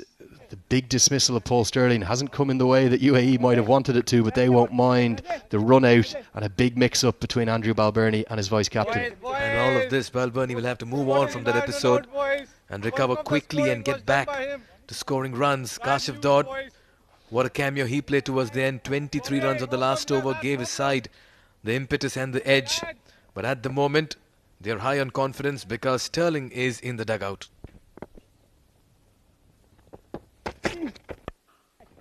Balbirnie uses his feet, comes down the track, doesn't get it out of the middle, but he will get just enough of it to get it to the rope. And as you rightly said, Mikhail, he's going to have a huge role to play now, Andrew Balbirnie, with his star player dismissed. Oh yes, he's a little scratchy to start off with, you get the impression. But the good thing is that he does not lose his concentration. Now what is important here is a partnership. And all of a sudden, after that 4, mid-on rather moves to long on. They have a deep square leg as well. Yeah, that means fine leg will come up into the circle to allow long on to go back. Deep square leg, the other fielder outside the 30 yards. Talk about confidence.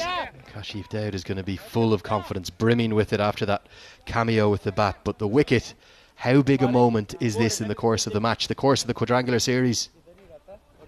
Just take a look at this. He just called Sterling for that single, and Sterling had given up completely. And look at that. Covering middle. Well, I've watched an awful lot of cricket with Paul Sterling. There wouldn't be many of the 300 odd times he's played for Ireland I haven't watched, whether it be live or on the television coverage. I've never seen him that angry.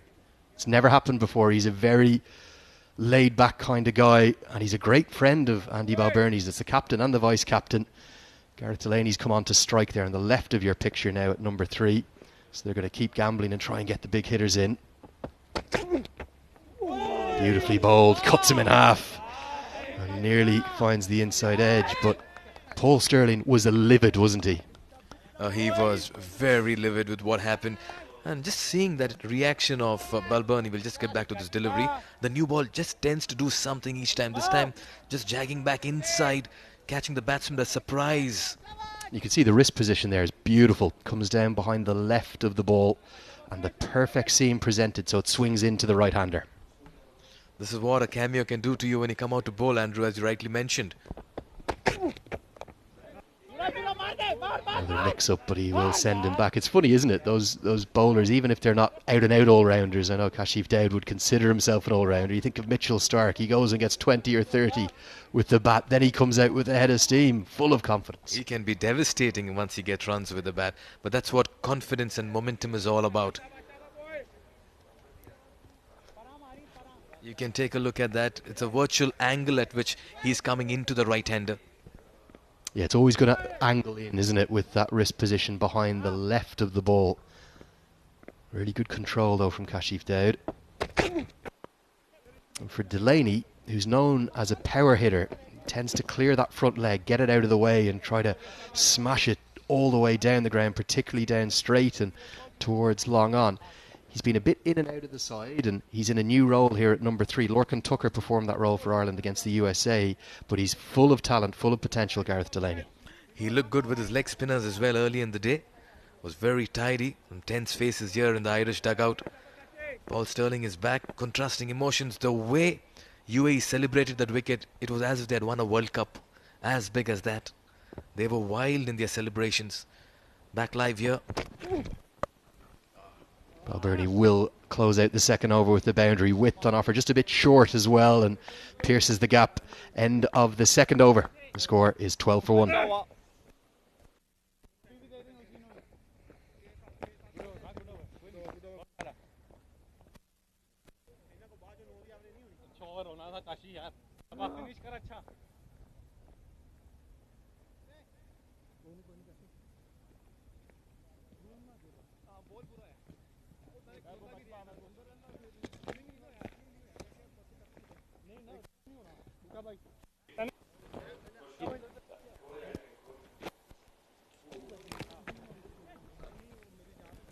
So the big breakthrough came in the first over through a run out, and it was Paul Sterling who's been dismissed. For Balbirnie, that's piled the pressure onto his shoulders, this new role at the top of the order. for Ireland. They're going to need to find a way to get into this chase.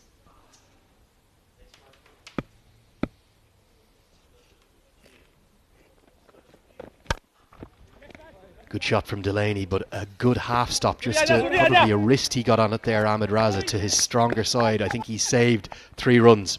And this is what one good run out can do in the middle to the team that's fielding. Everyone is right now high on intensity. Another very good stop that was travelling really fast because it was firmly hit. Almost like a goalkeeper, wasn't he? Parrying it low to his left. Bit of Kasper Schmeichel coming out there from Ahmed Raza. And UAE have rightly been criticised for their fielding. But that was a fantastic stop. Right into the block hole. Balbirnie gives himself room and will get through for the single. This is the acid test now, isn't it, for Ireland? They've lost their best batter, their highest run scorer, for just 1 run out. Can they recover without him? Remember, no Kevin O'Brien in the squad, of course. Oh yes, the depth will be tested this time in a steep chase like this. And it'll be interesting to see how they evolve around this particular chase. But you're talking about the same UAE team that dropped quite a few catches last evening. And today around they've come out with some great intent. 2 fielders allowed outside the 30-yard circle in this first 6 overs. The power play of all T20Is. Third man and deep backward square leg there in place.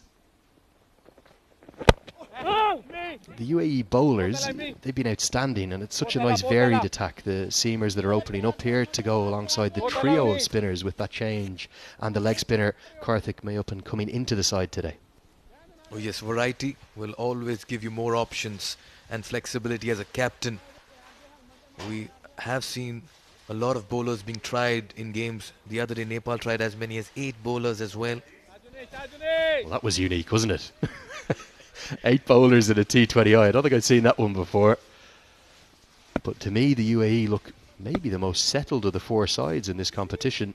Look really in control of their game. They're well led by Ahmed Raza.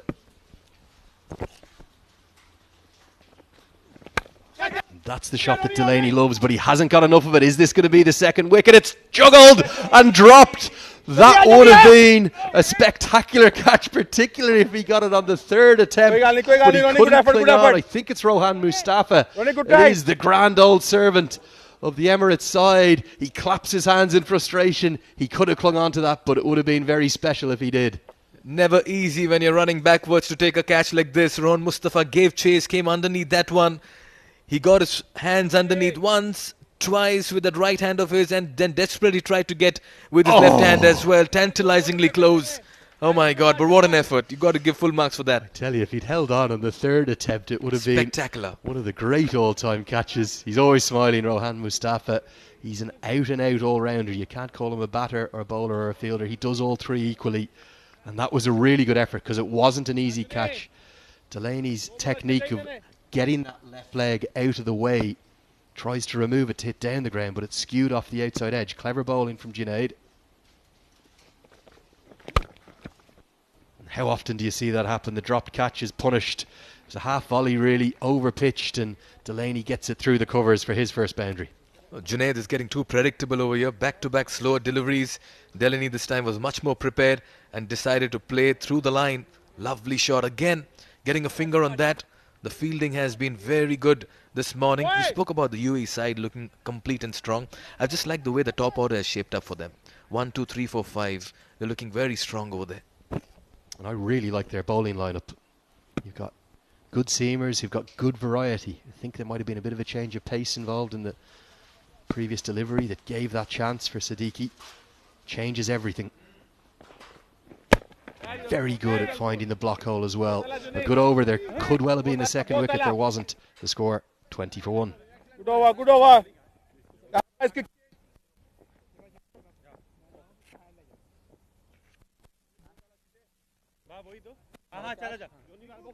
Chiku point पे रुक जाइए आप को पास बाजिल को point कर दे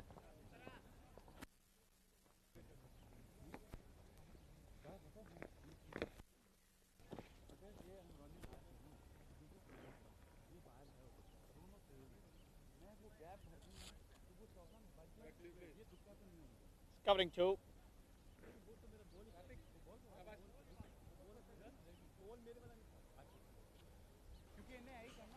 A lot of weight is resting on Andrew Balbirnie's shoulders, not just as the captain of his country, but he's run out his gun player in the first over, and lots of messages coming in to me back from Ireland. They couldn't understand. They've never seen Paul Sterling angry like that. Oh yes, that reaction, I would not call it a $1 million reaction. However, it did tell a story and a picture. And for Balbirnie, what will the approach be here? They're going to have to try and capitalise on the power play. Just 3 overs left where they get to exploit these fielding restrictions. They need to find the boundary. Yes, and what UAE is doing smartly is they're changing the pace rather more consistently than usual. And that's creating a lot of doubt as well in the mind. Balbirnie is not a big hitter. He's more about placement than power. It'll be interesting to see his approach. 11 and 9 for him. Takes the aerial route. I think he's got more than enough of this. That's a very special shot indeed. It's not the biggest boundary out there, but it's soared well over it. And he's held his shape really nicely and gets his first maximum. A special stroke from the Irish skipper. Very good charge on the up, giving the charge as well. And played it very nicely over long off. He's recovered from that big mishap that happened where Sterling was run out. And that's how it should be. He's decided to take things into his own hands in this big chase. Ireland have played exceptionally well in their last game, and they'll want to continue that good run and have a clean slate in this tournament. You talk about cricket being one of the ultimate mental games, isn't it? And this is such a test for him. Can he bounce back? He's got great character, the Irish skipper. He's turned into a fine leader for his side since he took the reins from William Porterfield. But this will be a test for him, no doubt. I just need to draw a little parallel over here. That run-out incident of Paul Sterling reminded me of a run-out incident between Ajinkya Rahane and Virat Kohli sometime back in a test match. Similarly, Kohli was called down the track and told no.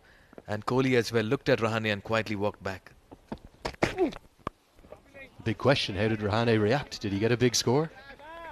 I'll tell you after how Balbirnie performs in this game. That's a fair call. His 5th T20I half century yesterday for Andy Balbirnie. He made 75 not out, and some of the VIPs are in. And nice bit of, what you reckon's in the cup there, Mikhail? Probably a bit of chai, is it? That's Mr. Madhu Jaiswani, one of the iconic figures in Oman cricket, to give so much of such a big platform rather. A chai, of course. Chai in this part of the world. Oh, wonderful. Come on, Mikhail, describe what chai is for the Irish viewers in particular. It's a beautiful kind of milky tea drink, isn't it? Oh yes, it's tea, the conventional tea that we have, milk and tea powder and all of that put together. A little bit of sugar. That's Mr. Madhu Jaiswani. And very proud man. He's describing all of the, not just the field positions, but the developments, isn't he, of this fantastic facility. 2 games in action right now, actually. Balbirnie's going to get more runs here. He scoops it and scoops it. I think it's gone all the way for 6. That's a spectacular shot. The second 6 of the innings. The first one went down the ground. This one went over his shoulder. 4 gone. It's 34 for 1. Unconventional this time, but he's backing himself over here and he gets maximum. Very good cricket by Balbirnie, just adding a lot of pressure back on the UAE fielders. 34 for 1 after 4.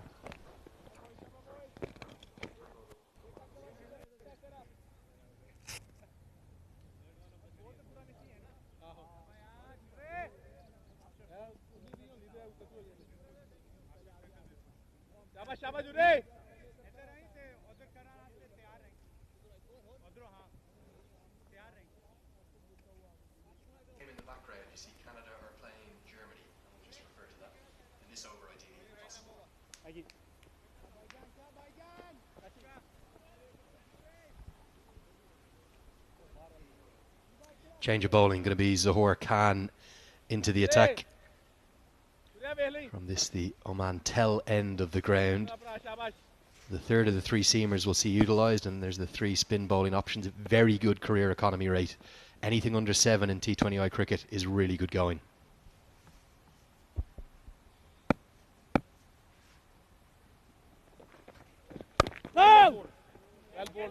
2 maximums in that over for Balbirnie has just got Ireland into this chase.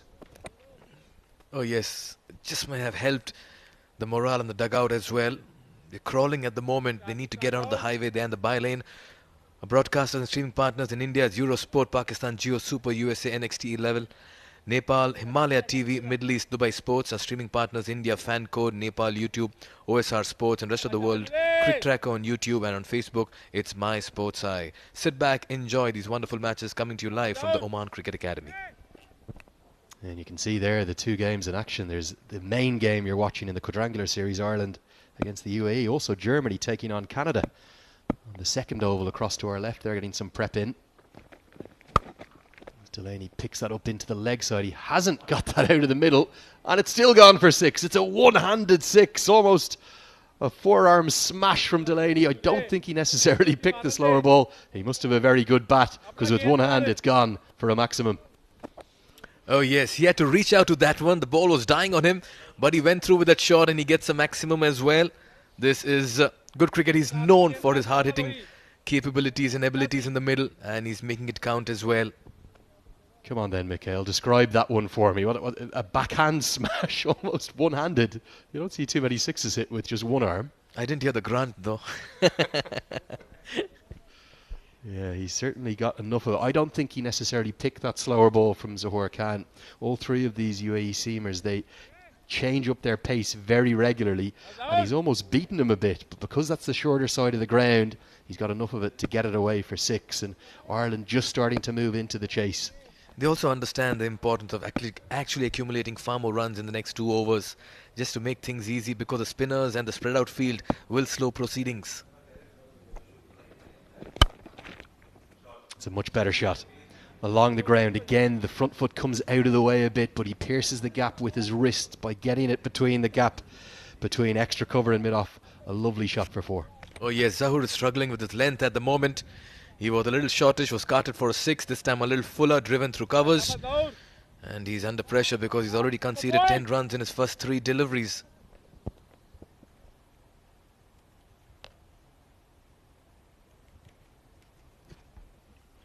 There's the game between Germany and Canada. Very similar kits, actually, difficult to make out. Germany bowling, they batted first against Canada. That's an unofficial warm-up game. It's not an actual T20 international. They'll probably be playing 12 or 13 aside. But good prep for them, because next week it all starts on the 18th of February. The T20 World Cup qualifier. 8 teams playing out for 2 spots. You might say that Ireland and UAE could be 2 of the favourites for those 2 spots. They've certainly been the 2 form sides in this quadrangular series. Oh yes, and this match will certainly give a more clear picture on how this tournament on 18th will start panning out. For the moment though, the most impressive sides in this particular tournament has clearly been UAE and Ireland, quite rightly pointed out so by Andrew Leonard. Mikhail, it feels to me we could be in for a really good matchup here as well. You have to remember that UAE made 50 for 2 from their power play, from their 6 overs, so Ireland are probably going to be ahead of that, and maybe they won't have lost the second wicket either. They're right in the chase. Partnerships is the key at the moment. A good strong partnership and well and truly into the chase. Picked up into the leg side. It's going to be more runs. It's going to be another maximum.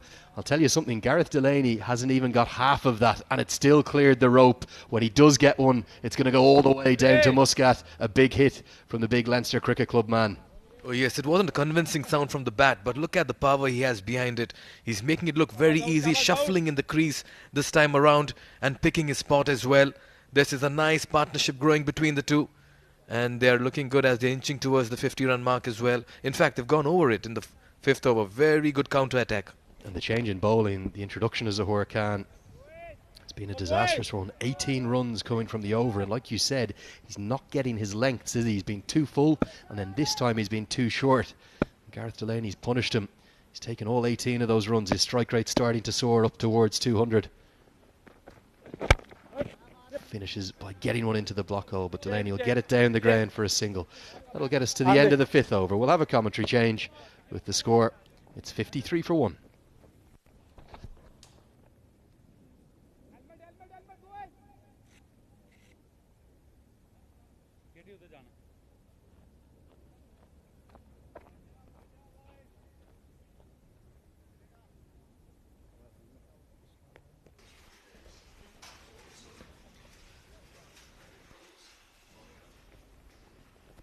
right time off. Bowler change. Coming right time off.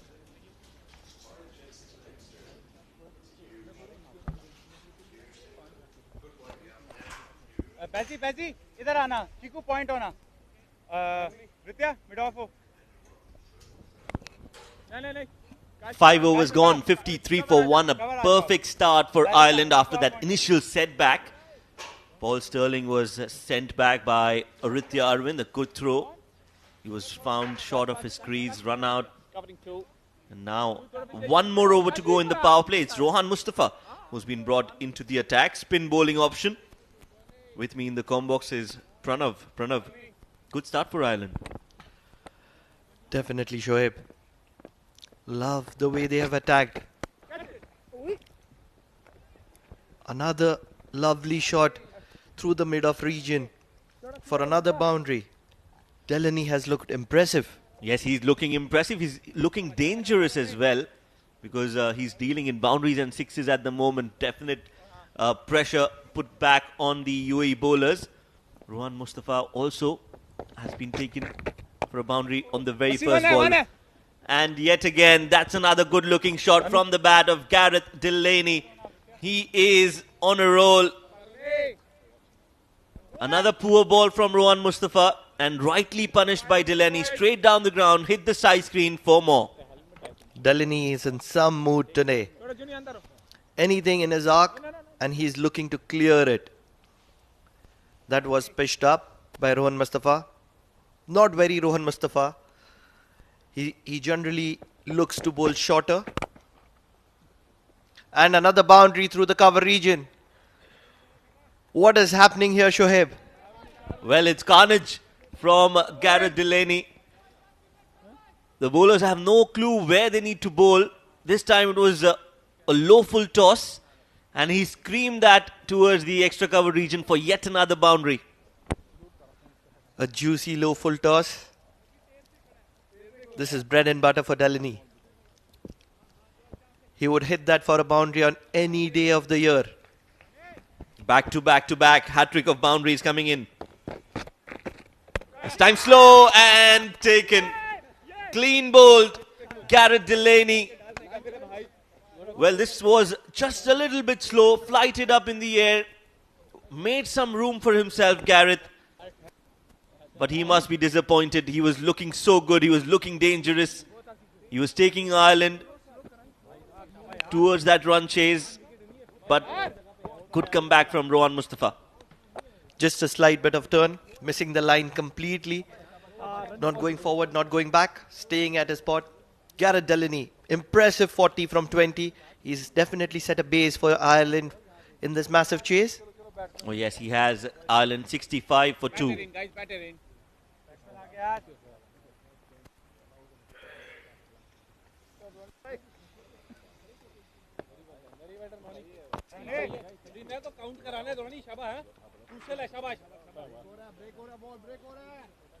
ये भी तेरा बनी है सीधा सीधा खेलेगा फिर SVEEP मार देगा शाबाश hey let's come back scouting middle yeah 2 to go.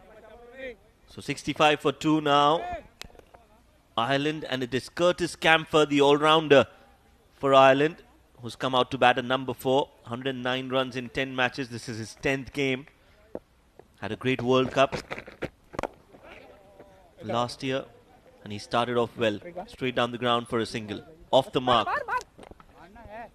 How good a start has this been for Ireland? Chasing 170, 180. You need a good base to build on. And nothing better than what they have right now. Yes, it is important now that Balbirnie continues. Good run. He was the man of the match in the game yesterday against Oman. And he is still out there for Ireland. 6 overs gone. Ireland are 67 for 2.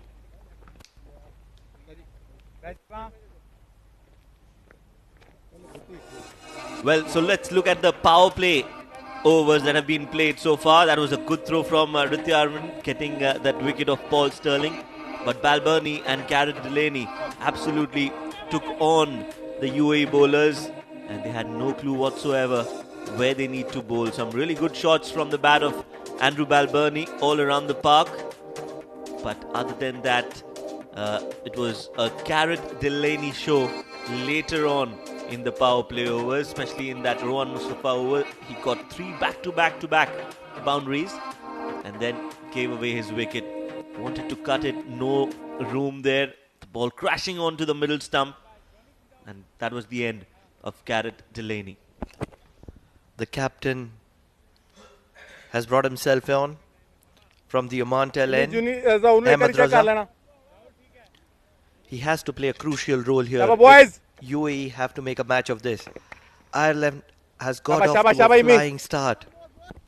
Yes, that's right. Now after the 6 overs, you would expect that the spinners would bowl in tandem and try to put brakes on the run scoring.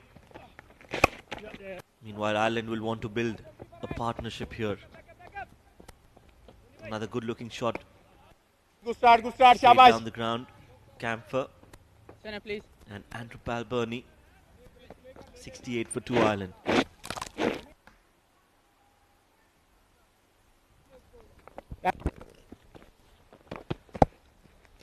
How crucial was that run out for UAE?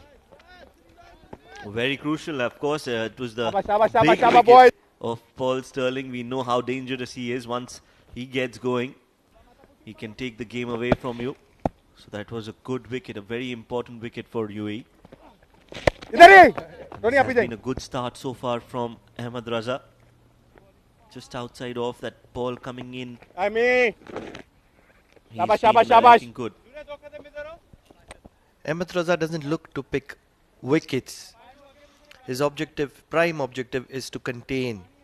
And in the process, if he gets a wicket, that would be the icing on the cake. That's the field, a very, very standard T20 field. Could this be a catching opportunity? No, just wide of the long off fielder. Going all the way. Basil was the fielder there.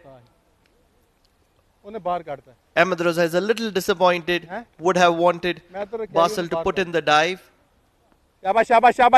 Quite far. Yes, way too far away from come on boys. Basil Hamid. Generally, he's a very quick fielder. Very good catcher as well. But if he can't reach it, I doubt anybody else in the team can. Good shot there from Balbirnie. Scoring at almost 200 strike rate. Andrew Balbirnie, he's moved on to 32. Ahmed Raza will have to bowl a lot more tighter because the pressure has to come from the spinners. One shot too many there? No. Falling in no man's land. A single to the last ball of Ahmed Raza. It's 76 for 2 at the end of 7 overs.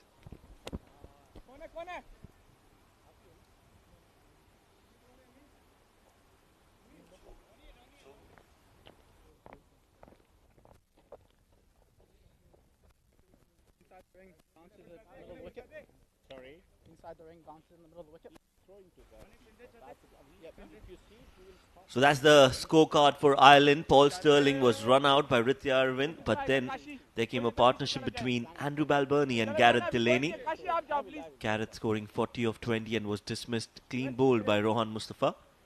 Curtis Camphor is the new man in, giving company to Andrew Balbirnie. 7 overs, the score looks really good, 76 for 2. It is important that UAE try to break that run scoring, run feast festival that is going on. And Rohan Mustafa has given him a warning not to leave the crease. Next time you do it, I'll get you run out. A single to long on. Rohan Mustafa would like to keep it very tight. The plan here for UAE has to be to give a single to Balbirnie, attack Camphor, he's the new man in. That's right, yes, they need to take wickets, they need to keep chipping wickets if they want to win this game. Well, laundry service from the Irishman, making sure his jerseys are clean and ready. That was a nice one there, Ahmed. A full toss over the head of mid-wicket. A slight misfield would allow Balboni to go for a second. Low full toss, just a chip, and oh, that was a good attempt. Very, very good attempt. Ahmed Raza, he's the tallest of the lot. Had the best chance of taking that catch. Quick run taken, and Rohan Mustafa is not happy. He is such an animated character, Rohan Mustafa. Always involved in the game. Going back to Ritya Arvind, how important is it to... There is a QC... Oh, a lot happening there. That was a full toss, I believe. Probably getting an edge to the keeper. Well, that was a low full toss, was asking to be hit. He went for that glory shot, got that edge, and straight into the chest of Mohammad Bhuta. We'll talk about that after a break. 8 overs gone, Ireland 81 for 2.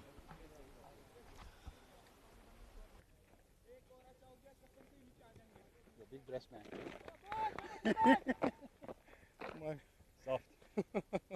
Not soft, but ball is hard. Timey!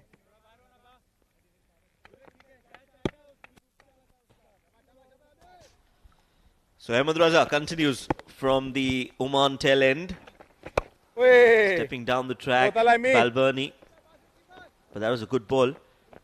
Made sure that it's not in his range. Will just get a single. Going back to Ritya Arvind, he's ideally a wicket keeper. How important is it to play multiple roles in the modern day cricket? He's been fielding well so far. He got that all-important run out. He kept wickets in the 50-over format between Oman and UAE. That's the last ball. Look at that edge. Rohan Mustafa would have expected Bhuta to catch it. Well, very difficult to take those, especially off a full toss. Yes, you were asking about the wicketkeeper Ritya Arvind. Well, it's in a one-day format. He's keeping wickets. In T20s, they want to have that extra cushion of a finisher. That's why Mohammad Bhuta gets a place, and he keeps wickets. We've seen that in international cricket as well. 2 or 3 keepers batting and playing in that playing 11. Meanwhile, down the leg side, Ahmed Raza chase for the fielder. Kashif Daud will stop that. Another couple of runs added into the total. So we've seen that happening in a lot of other teams as well. In India, you saw KL Rahul, Rishabh Pant playing together. In a few matches, Ishan Kishan and Rishabh Pant playing together. So this T20 format has brought a lot of different dynamics to the game, where you've got to manage different aspects. So suddenly we see Ritya Arvind from keeping behind the wickets to practicing fielding in the ground earlier in the day as well. You have to be a multi-dimensional player at the highest level. For sure, Shoaib. I like the talent. Ritya Arvind should go a long way. But for then, it's 9 overs, 86 for 2.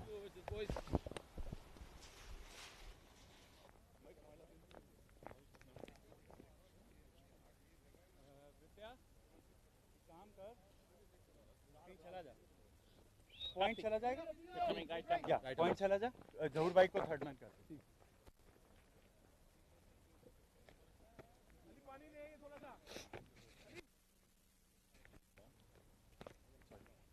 taking some time no problem यार पुकारी देना Ali please एक पुकारी Batsman 2 minutes it's taking some time for the keeper. That's the bowling analysis for UAE. Junaid Siddiqui 2 overs 10, Kashif Daud 2 overs 24, Zahoor Khan 1 overs 19, Rohan Mustafa getting that sole wicket. 2 overs 19, Ahmed Raza 2 overs 14. Quite expensive there. Yes, they have been expensive, especially the spinners. I would expect them to bowl a lot better. This wicket is a little on the slower side. If you bowl in the right areas, it is not a normal winter day in Oman, not a breezy day. It is, in fact, a little hot, as you can see. So it's not that normal breezy day here at Oman Cricket Academy. It will get drier. It will get slower. And it's not going to be easy for the batters to score runs. Beautiful scenes there at the Oman Cricket Academy. A practice match going on ground number 2 as well. A lot of international teams are in Oman currently. Yes, 8 in fact. 8 teams are in Oman right now. 4 of them are already playing this quadrangular series. Wolf 777 News presents Oman T20 International, powered by Sky247.net. Karthik Mayappan is the man who's been brought into the attack. Now he is the one who will have a major role to play today. If he bowls well, if he gets a few wickets, he will be testing these batters, the Irishman. Looks like a leg spinner. Oh, yes, he is. He's also coming through the ranks of the under-19 UAE squad. He was a part of the IPL Chennai Super Kings bowling unit. So he's got a lot of bowling experience. Was under the mentorship of Dhoni. So when you have the opportunity to stay around and learn and absorb, you definitely get better. This one was played straight down the ground, and he also debuted last year for the one-day series against Ireland in January last year. Very, very good talent. Has a very smooth action.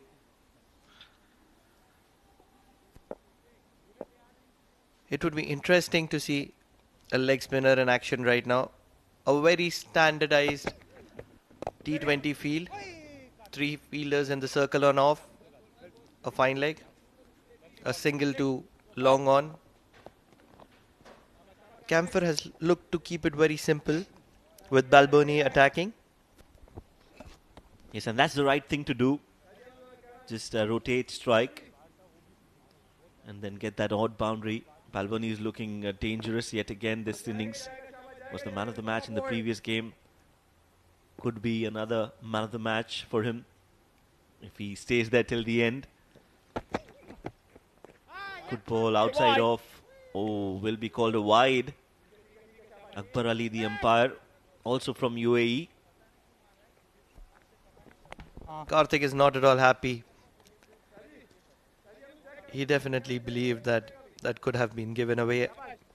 But a good call in the end by umpire Akbar Ali.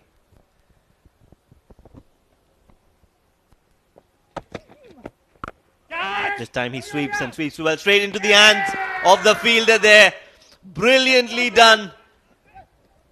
It was Rohan Mustafa. You can't keep him out of the game with the bat, with the ball and in the field. And that's a big wicket. Andrew Balboni is walking back. This is the kind of intensity you are looking from your fielders when you're looking to make a comeback in a stuck game. Ireland definitely on the top, but Rohan Mustafa, the live wire for UAE. What a catch is that. Rolling over right at deep mid-wicket.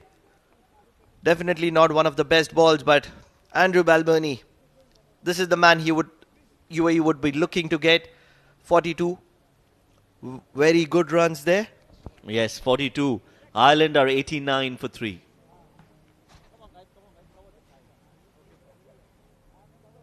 Go boys, let's go!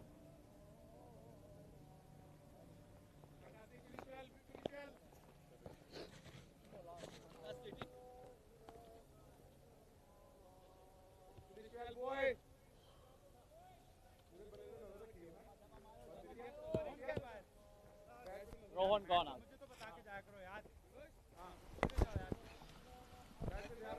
So third wicket down, Ireland 89 for 3, a big wicket, and Karthik Mayappan gets his wicket in the very first over. The game coming into the balance now, probably. A much needed wicket for UAE. Curtis Camphor will play a very important role from here on. He's the man who has spent a little bit of time. Yes, he has to stay there now. Both these batters now again will have to rebuild the innings. This is the wicket of Andrew Balbirnie. Straight into the hands of Rohan Mustafa, diving to his left, and a flying kiss there to his team. I'm sure that was to his fielding coach, who've done a very good job with the fielders, with the UAE players. They look a lot fitter, they look a lot better. Shane Getgate is the new man in. And what a great ball that is. Showing his accuracy there, Karthik. That was a googly in the business area. This is where a leg spinner would like to keep the ball, creating doubt. If you're not reading him from the hand, it's going to be very, very difficult. Yes, the spinners are going to pose a question, a threat to the Irish batters. It'll be interesting how these two players, Camphor and Getgate, face the leg spinner, Karthik Mayappan. Straight into the hands, diving effort, won't be able to stop that single. So 10 overs gone, 92 for 3, time for a change in the com box.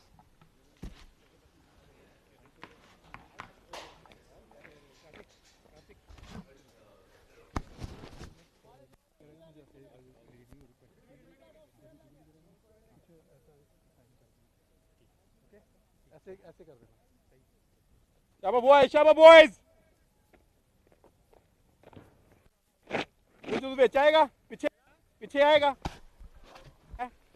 So the halfway stage of the chase, 6 bowlers used. I think they'll be the 6 that we'll see used, but what an impact Karthik Mayappan has made in just his third T20 international, picking up the big wicket of Andrew Balbirnie, who went to that favourite slog sweep of his, but was dismissed by a brilliant catch from Rohan Mustafa. I've got Mikhail Vaswamy joining me again here, Andrew Leonard.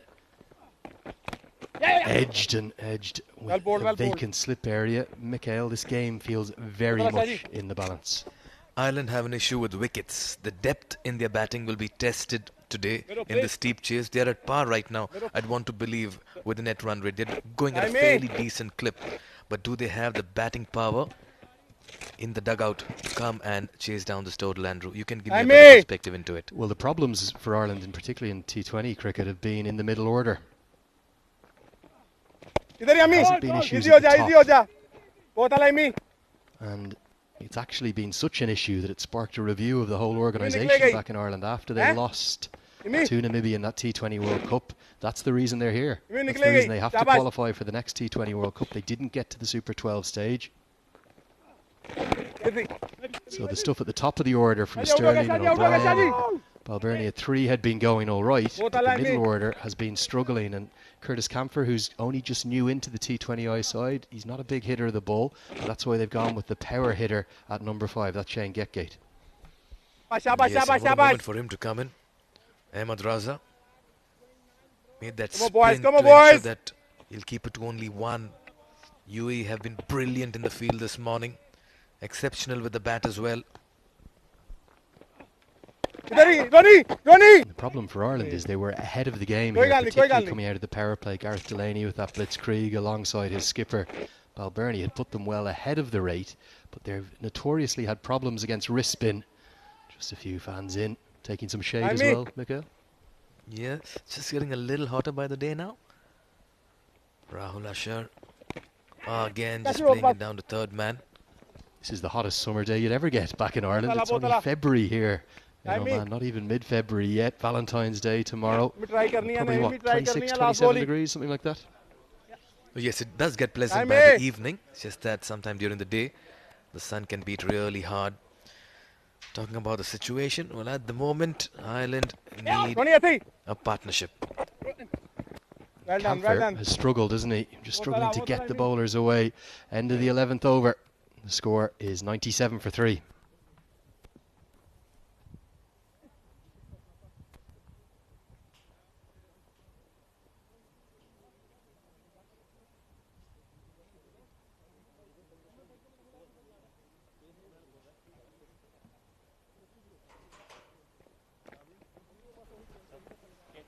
The Omani flag flying proudly here at this Oman Cricket Academy. Amazing to think that 6, 8, 10 years ago this facility didn't even exist, and now it's a truly world-class one, Mikhail. Oh yes, I was reading an article 10 years ago. It was just concrete pitches and they hardly had any cricket ground to play. And 10 years on, they're hosting the T20 World Cup, a fairy tale story. And quite rightly, they deserve it because they've worked hard towards it.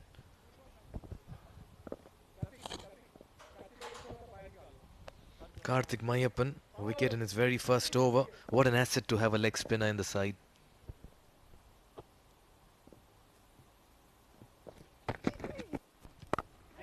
Yeah, no surprise to see him come into the team.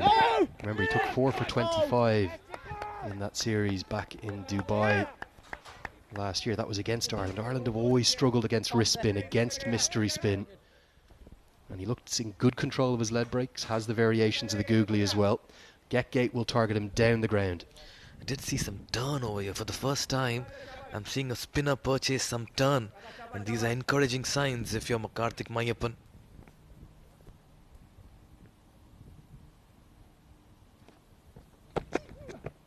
That's exactly where Getgate's going to target. Has he got enough of it? Just, I'm not sure that was the greatest effort at long on. He's almost ended up just escorting it over the boundary. It's going to go all the way for 6. The UAE slightly tardy fielding. It's starting to cost them. The 100 comes up in the 12th over. Oh yes, you've got to take your chances if you're an Irish batsman. That was very close to Mohammad Wasim. He didn't put in the dive. He just let it pass him. But you've got to counter-attack and take your chances. Karthik Mayappan should not be disturbed much because this is what a leg spinner wants. A batsman coming out and trying to hit him across the line.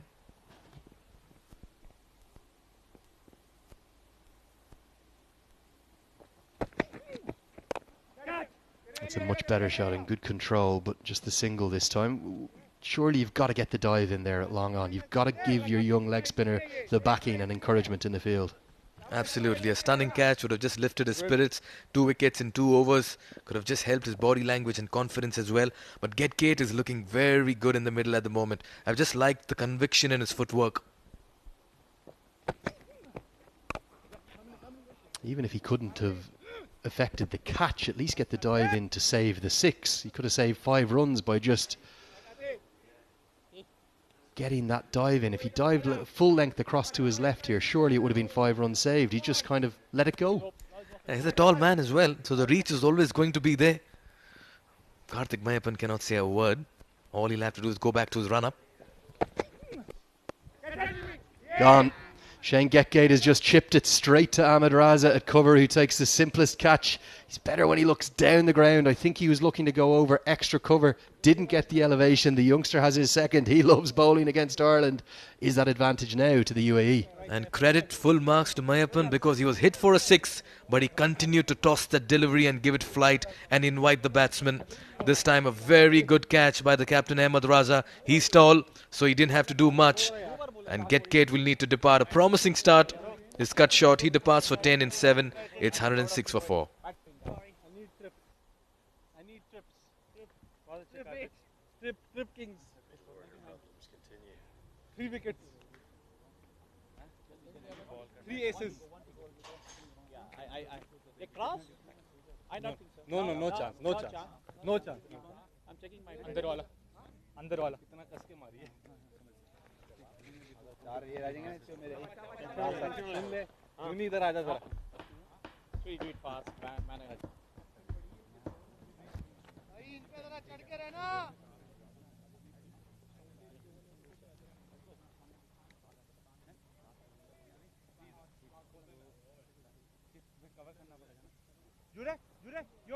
Lorcan Tucker in at number 6.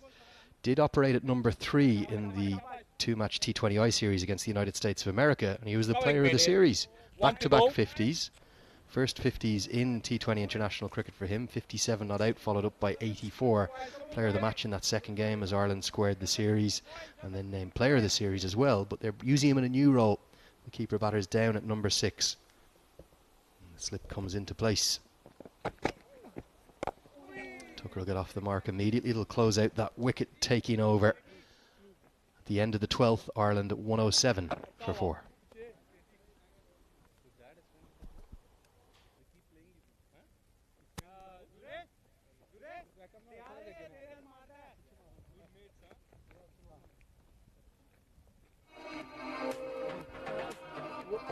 जो तू वो कर रहा है ना वो इतना easy pick नहीं होना.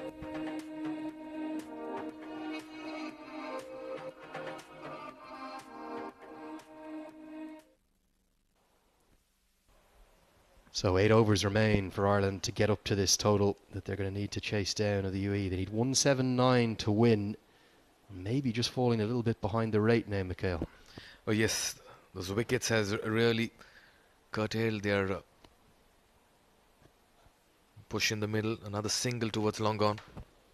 And that's been as much because of the excellence of Karthik Mayappan and the captain Ahmed Raza. Very good catch he's taken, and he always keeps things tight with his left arm spin as well. Oh yes, two spinners operating in tandem, complementing each other, keeping it tight. Fielders backing them. Raza, experienced campaigner, tossed up again. Do you think UAE have seen something different in this pitch? Ireland only going with Simi Singh and the couple of overs of Gareth Delaney, but UAE have gone heavy and lent very heavily on their spinners. Oh yes, the idea is to take the pace off the ball on this particular pitch, because it becomes very difficult to then clear the big hits as well. You've got to put in that extra effort. And for Lorcan Tucker in this new role back down the order, he's going to have to be scoring basically right from the off. That required run rate is now back up above 9 and over. The pressure's being placed on him because of Curtis Camphor, who hasn't got going yet. Oh yes, when you're chasing 179 and if you're batting on 13 or 16, it's clearly signalling that you're having concerns getting rid of the ball. You have a deep mid-wicket, deep square leg there for the left-arm orthodox spinner. At the same time, you have a deep point, long on and long off. It's a spread-out field, so the invitation is always going to be there. And now, the fielder inside the 30-yard circle also has been pushed to the edge.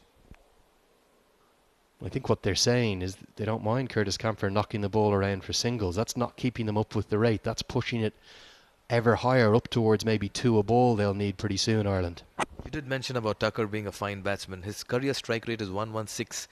He'll need to do better than that at least today if they have to chase down 179. Gets the sweep shot out and he's got it behind square, but it won't have the pace to beat the man. He'll get back for a couple. What he did show though in that Irish series against USA was the power that he possesses. We get to the end of the 13th. The score moves to 113 for 4.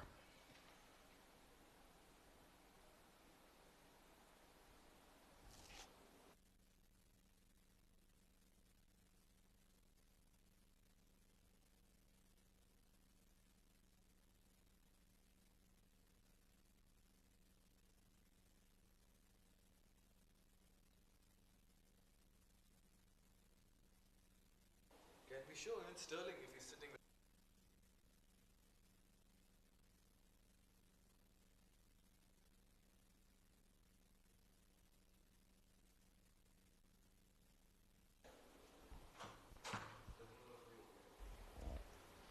Ireland require 66 more runs to win from the remaining 7 overs. Just pushing up towards nearly 10 and over needed now. And the young leg spinner is turning this game. He's turning it in UAE's favour. Yes, unafraid to toss it up, unafraid to give it flight. This is what a leg spinner should have, the quality of fearlessness. And Karthik Mayappan is showing the right signs. But how beautifully captained is he as well. Ahmed Raza is giving him all the encouragement, the backing. He's in very tight there at cover, took that good catch. Even when he got hit for the 6, he said, don't worry about that, just keep bowling. Yes, and we saw that with Ritya Anand as well, the youngster today who came into bat. That's the Irish dugout, some concerned faces quite clearly, Andrew. Yeah, I think we won't see Simi Singh next. I suspect we'll see George Dockrell next at number 7. And then it'll be between Simi Singh and maybe Mark Adair, depending upon the situation that's required. Tucker's got into his work nicely, picks up a couple, just a fingertip stop from Ahmed Raza at cover. Well, Tucker will need more strike. That's because he's looking good in the middle. Another desperate attempt, desperate dive. And he got his fingers to it as well to take the pace off it. That could have easily gone towards the extra cover boundary. Attempted reverse sweep. He's nearly dragged it on to his own stumps. He's looking to hit it to the offside. But he's almost ended up nutmegging himself and losing his wicket. Tucker almost tucking it into the stumps. Didn't quite execute it well. The intent was right. Oh my god, 1-2. Almost had a ricochet off the stumps. Real fortune for Lorcan Tucker there. 2 men behind square on the offside. Not sure why he's looking for that reverse sweep. Goes into the leg side this time. That's a better strike. Should pick up a couple more out to Rohan Mustafa. Camphor's very quick between the wickets and he gets back comfortably. Very good throw from the deep as well. Right above the stumps. Good fielding, good all-round cricket that was picked up outside off stump and played towards the cow corner region. Tucker making his intentions very clear here. I think he realises that Ireland need boundary options, and again Ahmed Raza over to his young leg spinner, mentoring him, helping him. Tucker particularly scored heavily against the USA down the ground when he was standing very still. He was clearing the ropes over long on and towards that cow corner region nicely. But for now he's just happy to tuck it down the ground for the single. You can't have that asking rate to climb. That'll add a lot of pressure, particularly when you know that there's not much of batting. Yes, there is Dockrell, there is Simi Singh who can bat, and there are a few batters who can hang around, but you don't want to leave it to the last. They've been horribly guilty of getting behind the game in chases, Ireland historically, trying to learn their lessons. Be a single to close out that over. Another good one from the young leg spinner. 14 gone, the game right in the balance. It's 120 for 4. Do it fast, do it fast.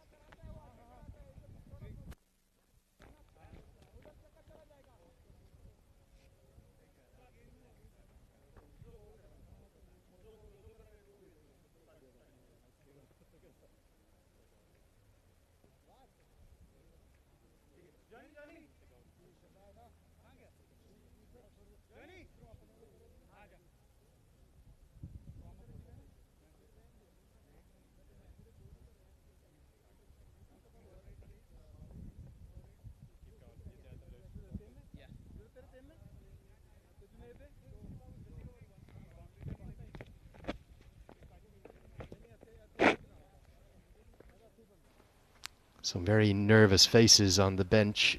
And there's the player of the series from that Ireland-West Indies Cricket World Cup Super League games in the Caribbean. Andy McBride was excellent with bat and ball, but he's been delayed in coming out here. He's only just arrived yesterday. Yet to see him in action, the off-spinner. Junaid has been brought back into his second spell. Was very tidy in his first 2 overs. Gave away only 5. He was also mixing up those deliveries. That's an enforced change as well, because Ahmed Raza has finished his allocation of 4 overs. He bowled beautifully as he always does. 4 overs, none for 25. Nice and economical, with good control from the skipper of the Emirates. Camphor, 16 of 19. Will have to change plans in the middle. Well, he simply has to find something here now. He's piling the pressure on his partners. He piled it at first on Andy Balbirnie, then on Shane Getgate, and now the pressure's come on to the new man, Lorcan Tucker. I expect something is going to give way in this particular over. The next 5 deliveries, we'll see some kind of a situation being created either by the batsman or courtesy the bowler. That's because Tucker is not going to let the bowler dominate at this point in time. Impressive stuff from Gareth Delaney today. He certainly has that X factor that Ireland look for with the bat. But there's a nervous bench right now. Ryan Eagleson, the head bowling coach there in the sunglasses, looks very concerned. Because Ireland need to start finding the rope, and they haven't found many boundaries in the last 3 or 4 overs. That asking rate is climbing really fast. That's because, as Andrew, you rightly mentioned, the boundaries have dried, and that's been a problem. The asking rate over 10 at the moment? It's just nudging towards 10 and over. In fact, it's exactly 10 and over now. 57 to win from 34 deliveries. If they let that leak up, creep up even up to 11 over, 12 and over, that becomes very difficult.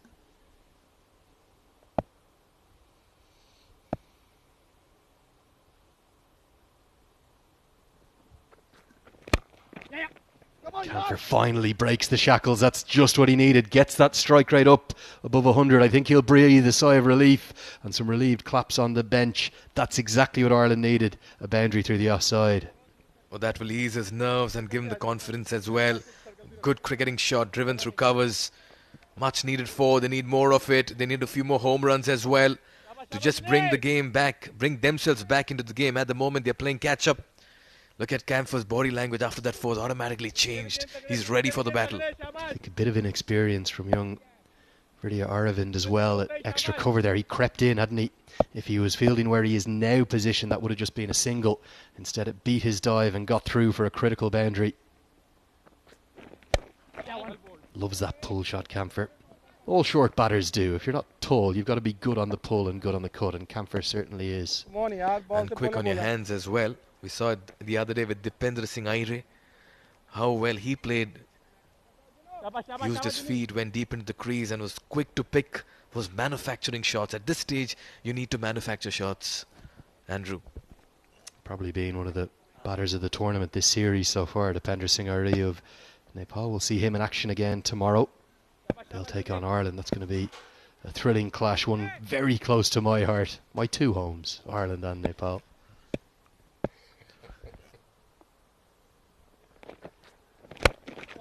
Bowled right into the block hole. Tucker can't get it out.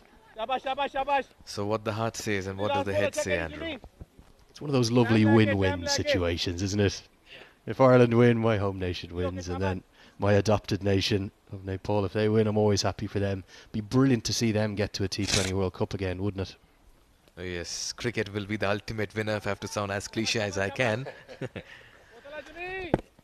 Oh, a nervy yawn there from the interim head coach of Ireland. That's David Ripley, the ex-Northants man, and George Dockrell limbering up with that new hairstyle. He'll be in next, I suspect, at number 7. Picked up and picked up into the leg side. Tucker likes it a lot. He's got enough of it to get it all the way for 6. And that is a big blow. It puts Ireland maybe back in control of the chase. We're going to find out in the last 5 overs. Is Lorcan Tucker going to get us over the line, get the Irish over the line even? Just a pick up off the hip. Flies all the way for 6. And Ireland at the end of the 15th over, they're 133 for 4.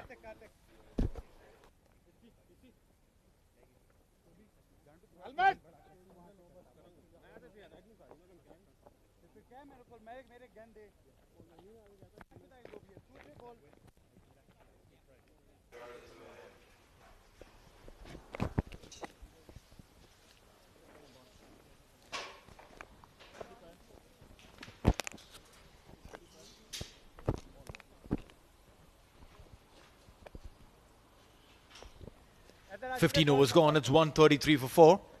Ireland in a very good position right now. 46 required of 30.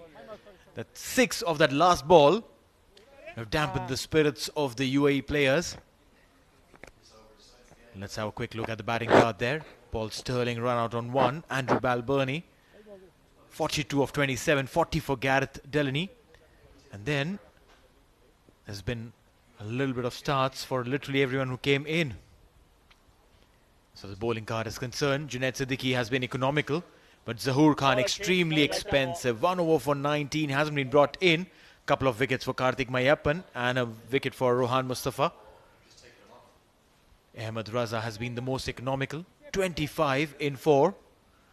Now Zahoor Khan has been given the responsibility with the ball. He was extremely expensive. We just spoke about that. What will happen? How is he psychologically? Now that's an important question. Joining me in the commentary box is Pranav. Pranav, how are you doing today? Not bad, Neil. It's a beautiful day to play cricket. And how important is this match for both these teams?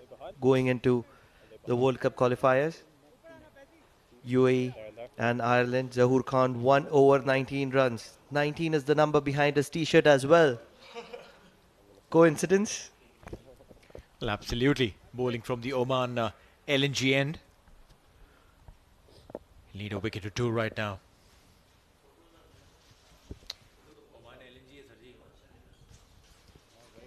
Zahoor Khan is an experienced campaigner for UAE. He's been playing for years. Definitely that 1 over 19 would not be something that he would be thinking about. A lot of open gaps, long boundaries. Camphor on strike. What a ball is that from Zahoor in the block hole, just outside the off stump. He is pumped. Well, yes, what a starter.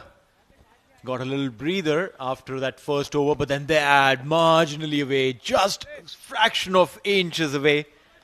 That would have given him a lot of confidence, that first delivery that he's bowled. Zahoor Khan, we saw him bowling yesterday, those slow bouncers that he bowls. Absolutely unpickable. We'll see if he can do that again. He's so important for this UAE side. A very thinking bowler.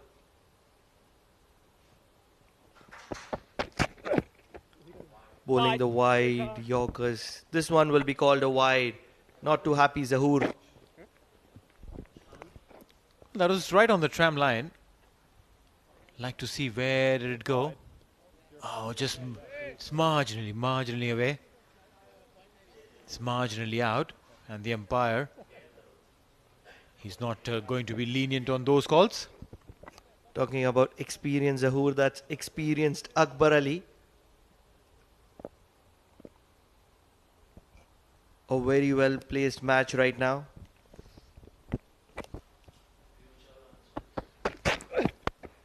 Yorker. You get a single there. Wouldn't mind a single there. The UAE bowlers, because they know for a fact that if it's just singles, it's going to be just a little bit challenging for the Irish. But I say the situation that the Irish are in, it's pretty much comfortable. Very, very comfortable, to be honest. Just around the 10 run mark, the required run rate. You take it any given day when you're chasing around 179. Last 5 overs looking at less than 50. Required run rate just below 10, 9.43. 6 wickets in hand. Ireland are surely the favourites here. Well, yes, to change the tide, a couple of wickets, maybe. Zahoor Khan coming in from the Oman LNG end.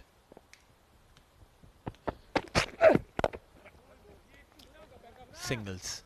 Singles has been the order of the play in this over so far. 43 required of 27.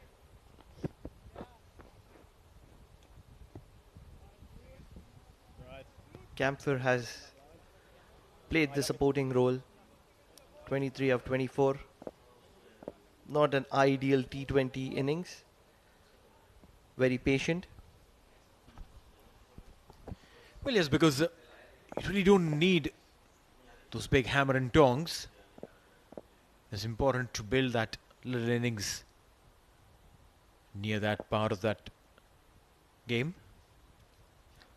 136 of 4, 15.3. Beautiful delivery. What a peach of a Yorker coming in from Zahoor Khan.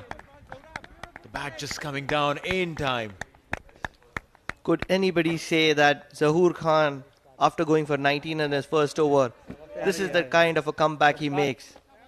3 Yorkers, beautiful Yorkers in this over. There is no answer that Camphor has to that. The first ball, just missing the stumps, slightly outside off stump, and this one was on the money. Very lucky to get out of it. Camphor. Yes, bringing the bat down in time. There's a little change in the field. Junaid Siddiqui has been brought in. Fine leg comes in. Oh, no. He's changed his mind. He's like, no, Junaid, you go back. Square leg comes in.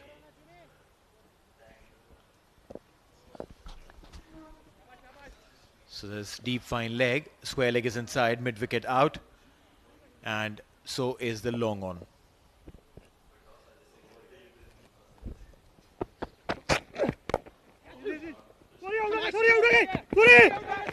Two is the call. They will go for it. Will get it easily. Tucker is quick between the wickets, and so is Camphor. That is very good running between the wicket. Making room. It's Chirag Suri picking up single-handed throw. Very, very comfortable there with that second.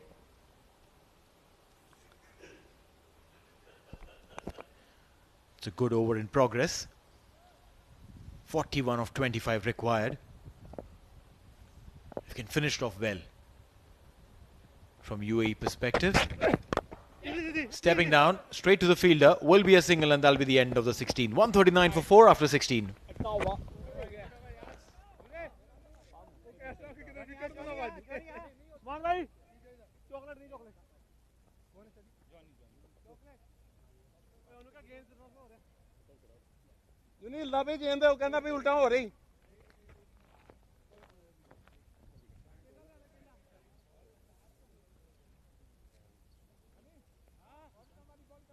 Babu, tell me how they are late, or tell me that for these guys.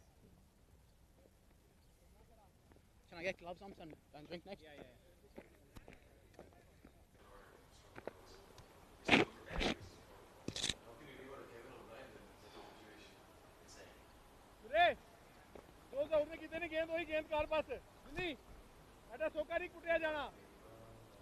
So the status is that Ireland requires 40 of the remaining 4 overs. We have an over remaining from Junaid Siddiqui. Kashif Daud 2 overs. Zahoor Khan 2 overs. And in the meantime, it is Kashif who will bowl the 17th over. I beg your pardon, it's Junaid.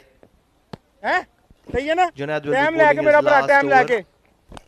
3 overs, 23 for no loss.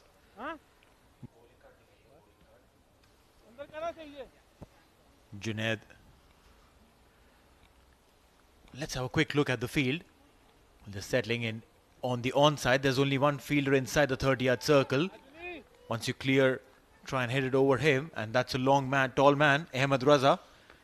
Clear, try and play it over his head. There's a massive chance for you. Junaid Siddiqui. Playing it straight. And that's going to be Wasim. If Wasim can't stop it, who will? Basil Hamid does. A couple of runs.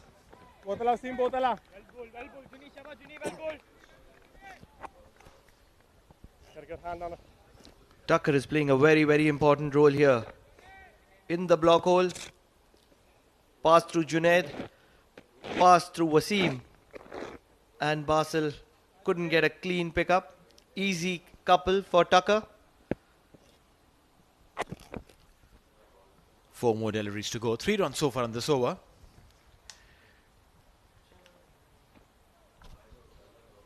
It's Ahmed Raza was looking to go back. Junaid says, stay in, friend. I'm not going to let him hit over you. What a ball is that? Looking for an appeal. Was that off the bat? It was definitely a bat. Any chance of slight bit of pad being first? Yeah, from what I could see, it was a bat first, getting onto the pads and going towards fine leg. And I reckon even Bhuta showed the same. Yeah, there you go. That's the modern day shot that they played 2 Yorkers between 2 legs. Attempted that. Let's quickly have a look at the bowling options, because Junaid will be finishing his spell right now. We have 2 from Kashif, 2 from Zahoor. And I think that should be enough. I don't think Rohan Mustafa would be required.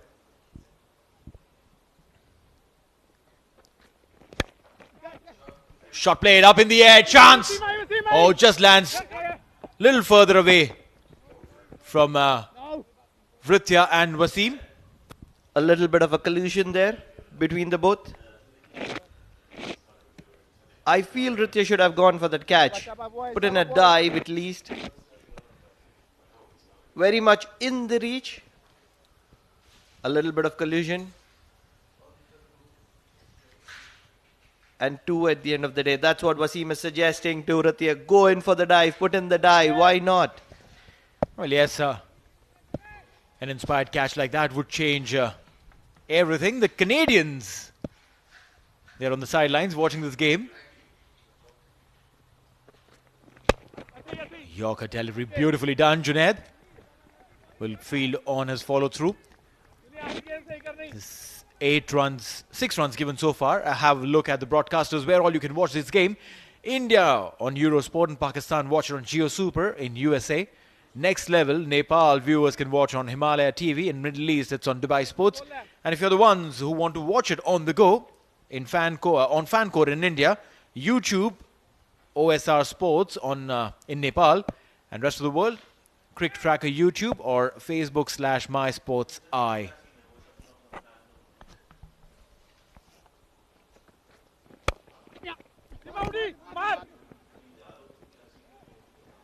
A low full toss there from Junaid. Not able to put it through. Tucker. At the end of 17 overs, it's 146 for 4.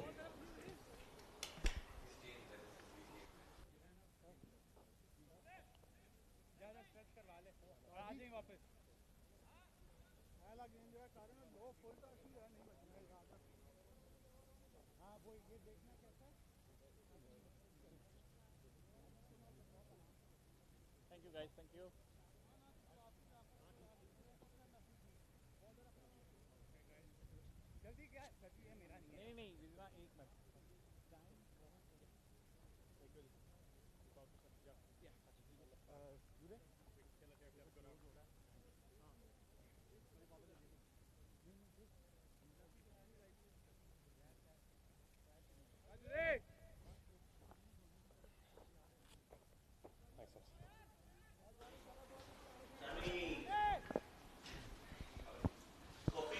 Zahoor Khan will be looking to continue from the Oman LNG end. Looking to be cheeky here. Will get an easy single. A constructive single, should I call it? Well, yes, was trying to be experimentative, went all across the line, and eventually played on the fine leg region. Wanted to paddle scoop it, eventually just got some willow. Zawar Farid, the 12th man, he's on field, the man who fielded that on fine leg. Would have been better off playing the reverse paddle there, just like Ritya. Now this time up in the air, but will land safely. Going for the second. Chance of a run out, and I think that should be out. Yes, that was it is. Yes, Ronnie boy! That's a big wicket. Took that chance. And I reckon that was a throw coming in from the strong shoulders of Rohan Mustafa. You don't take chances on those shoulders. Such a live wire is Rohan Mustafa in the UAE. A lot of appreciation from the support staff. It was a big heave down the leg.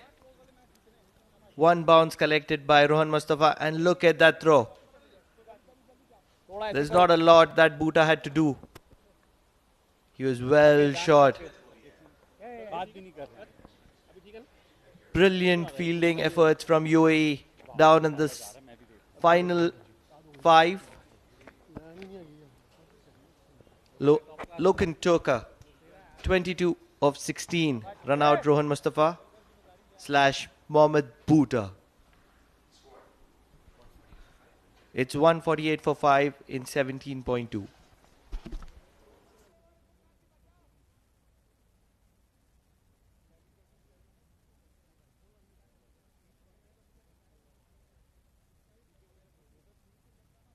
Yeah.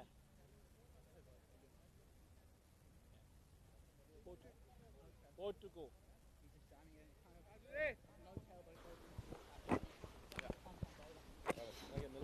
Yeah, sure. 4 to go.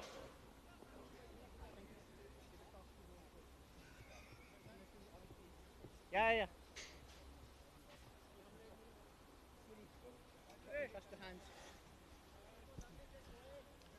It's going to be Dockrell, new man in. Middle. 4 to go. A lot of experience on his back. Has a massive task up his sleeve. 148 for 5, 17.2 overs, 2.4 overs remaining. 45 matches for him, 363 runs. A strike rate of 119. Had to do a little better than that.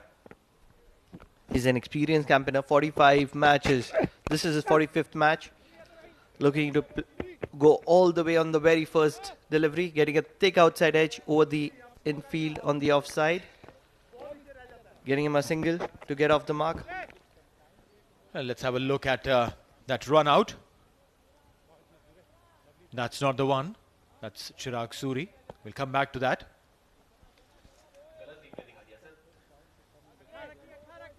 Rohan Mustafa there on your screens, the man who scored a half century. And then that throw, a gun of a throw, straight from mid-wicket to the wicket keeper, Mohammad Bhuta. Low full toss. Will go straight to Chirag Suri. Will be a single. Singles will not do. At this point of time, Camphor needs to realize that 32 of 33. Absolutely not acceptable. Let's keep an eye on Rohan Mustafa. Picked up the ball on one bounce and look at that throw. Straight to the wicket keeper. He knew where he wanted to throw. And Mohammad Bhuta collecting it over his head and bang on the stumps. Definitely a man of the match contender. Remember, he bowled 4 overs for 25. First 3 balls that he bowled in this innings were boundaries. And then he made a comeback. Such a strong character. Stepping down and taken. Ahmed Raza, the tallest man in the field. If you want to hit over him, you have to hit at least 10 floors over him. पानी पानी रहने देना सिर्फ आजा सिर्फ जहूर को दे दे सिर्फ जहूर को दे दे 150 for 6. Zahoor Khan gets a man.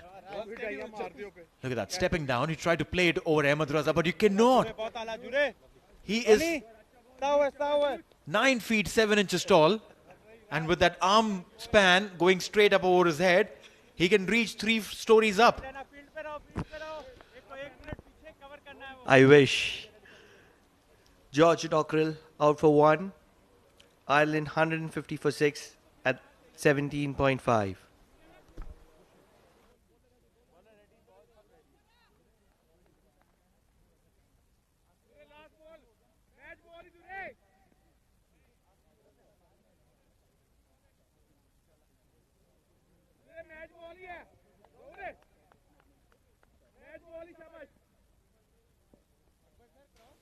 Yeah. Take cross.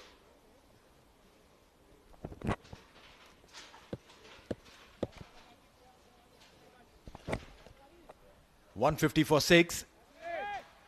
Mark Adair, the new man in. He'll be at the non-striker's end. He'll have to wait for his chance. Zahoor starts with the full toss on that delivery, and that'll be the end of the over. 18 overs gone. It's 150 for 6 Ireland.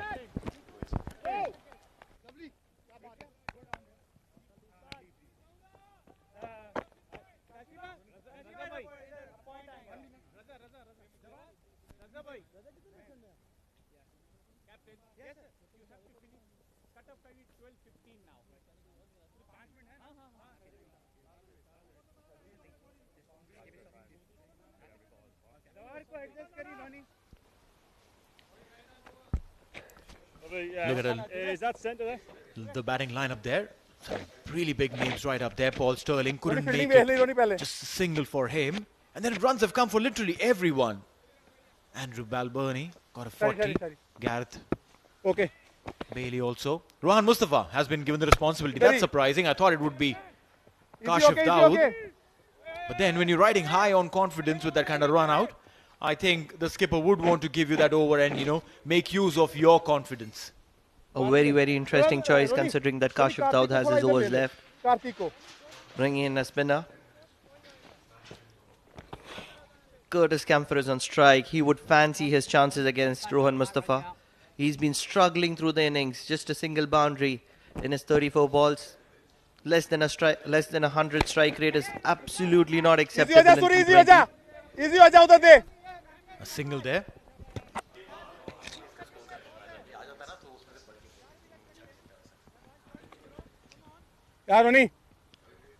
Rightly mentioned, just one boundary for Curtis Camphor. A strike rate below 100. In fact, below 95. Full toss. his hand. Rohan Mustafa. 2.3 overs, 21 runs, 1 wicket. Rohan Mustafa, he can't do anything wrong today. Big shout there. Umpire's not interested. He moves across. Singles won't help. Singles won't help Ireland. And to add on, Ireland are playing a few dot balls here and there as well. Boundaries are the need of the hour.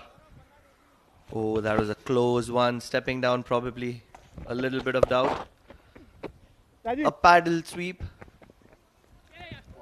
A very, very much needed boundary. Curtis Camphor probably realizing that, you know, a boundary is very, very needed, very much needed. That's picked up from outside the off stump. A low full toss being converted very smartly into a boundary. If there is somebody who can get Ireland home, it has to be Curtis Camphor. He's played a lot of balls. Sorry. Going for the second there. Rohan is not happy. That'll be the over. So 19 overs gone. It's 159 for 6. Oh, hi. Is it my stickers? You also throwing. I haven't moved. No, you move it. That's because is it over my waist? Tell me. I tell you, popping crease is the main target. Tell me if you have to stand for the popping crease. You haven't given me an answer where it is. Okay. Hey, you still haven't given me an answer where the ball is. Sorry? I asked you where the ball is. No ball. You are playing. I don't care about that. Yeah. I'm asking you where the ball is. No, it's not. It's not. All right. Not a very happy looking dugout there. There are smiles, but probably there would be an internal joke. Definitely not based on the situation of this game. The full toss there. Could have made good use of it. Mohammad Wasim picks up with one hand, throws. And an awkward throw. An awkward throw. Otherwise, Rohan Mustafa probably was hoping that there could be a run-out chance. But then, hey, 20 runs required of the last 6. It's going to be Zahoor Khan coming in from Oman LNG end. He's brought in the fine leg fielder. Zawar Farid comes in. Third man is deep back. Mark Adair on strike.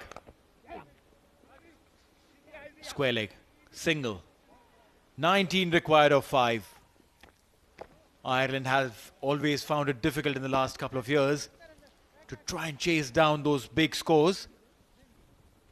Going in and around 10 and over generally becomes difficult for them. A very disappointed dugout, especially after the start they had. Should have closed down this target in the 19th over. But currently it is 19 required of 5 balls.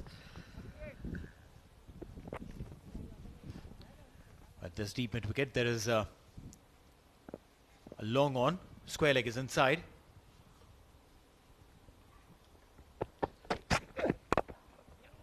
Straight back. We'll get a single. No power on that shot, no timing whatsoever. 18 runs required of 4, and I would want to draw your attention towards that last over that Kashif Dawood played in the UAE innings. They scored 23 runs, 2 sixes, 2 fours coming off that Kashif Dawood big willow. If that wasn't the case, maybe Ireland would have had a shot at this game. Kashif Dawood has recently been very useful for the UAE team as a batsman. He almost won a game for UAE in the 50-match series against Oman. UAE was nowhere in the competition. He brought them back. The game ended in a tie. And here, he's almost winning a game for UAE.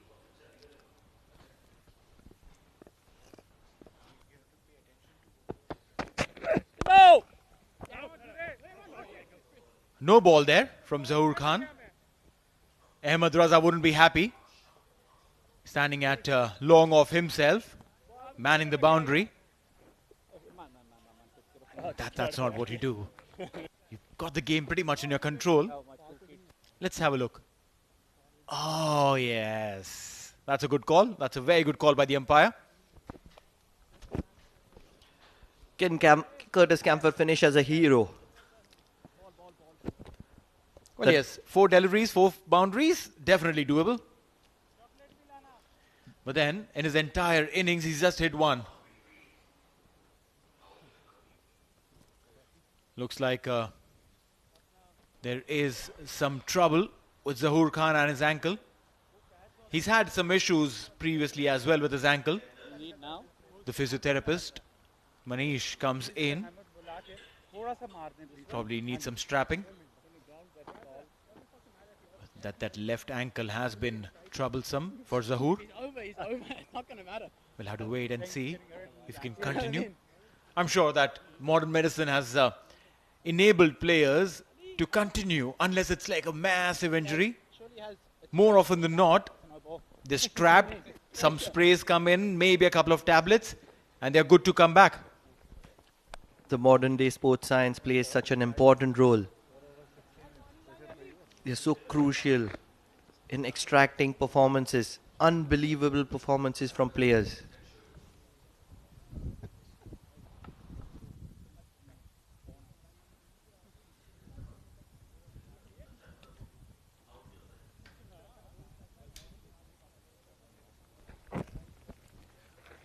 Let's have a look at this. The ankle, that landing, and oh, look at that. There's a little twist he's gone through on that left ankle after landing. And I think that has caused some trouble for him. But I think he'll finish well. There you go. There is that little soft spot. They're hammering it down, ensuring that the loose soil is all compact for the last 4 balls. It's going to be critical.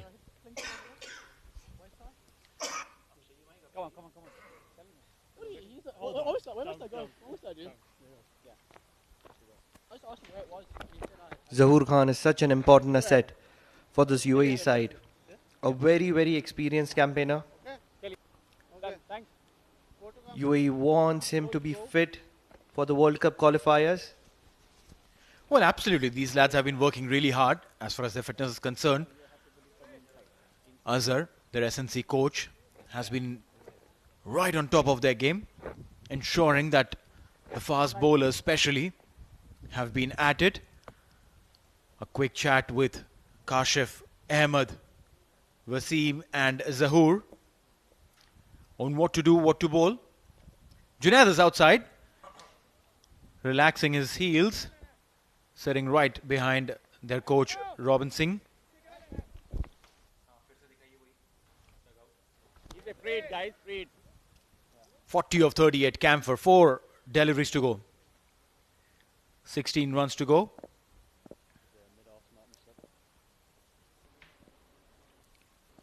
Zahoor will come in. Beautiful delivery there, right in the block hole. I don't know, was Camphor trying to sweep a fuller length delivery from a fast bowler? Probably predetermining. The square leg fielder is inside the circle, looking to sweep, a predetermined sweep. A little bit of a shuffle would make more sense. All he had to do is get it over. A punch just needs to middle it over the square leg fielder. That's what he needs to do. A sweep shot wouldn't find time to a quick bowler.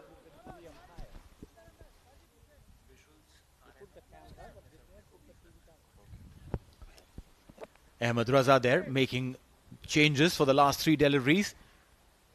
Right on top of the game, ensuring that there are no loose ends. Long on, long off. On the boundary, there's deep mid-wicket, there's deep square leg. Zahoor. Slow bouncer. That's what he's known for. Chance for a run out there. Will they be able to do it? And yes, they do it. Zahoor Khan and Bhuta. Good thinking, and they get a wicket. Curtis Camphor will be out on a wide.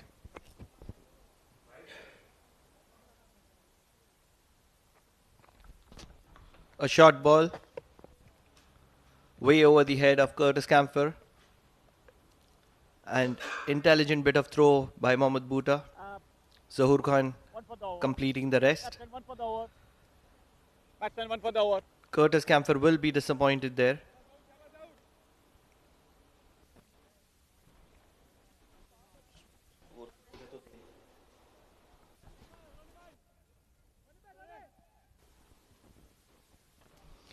Curtis Camphor, 40 of 39.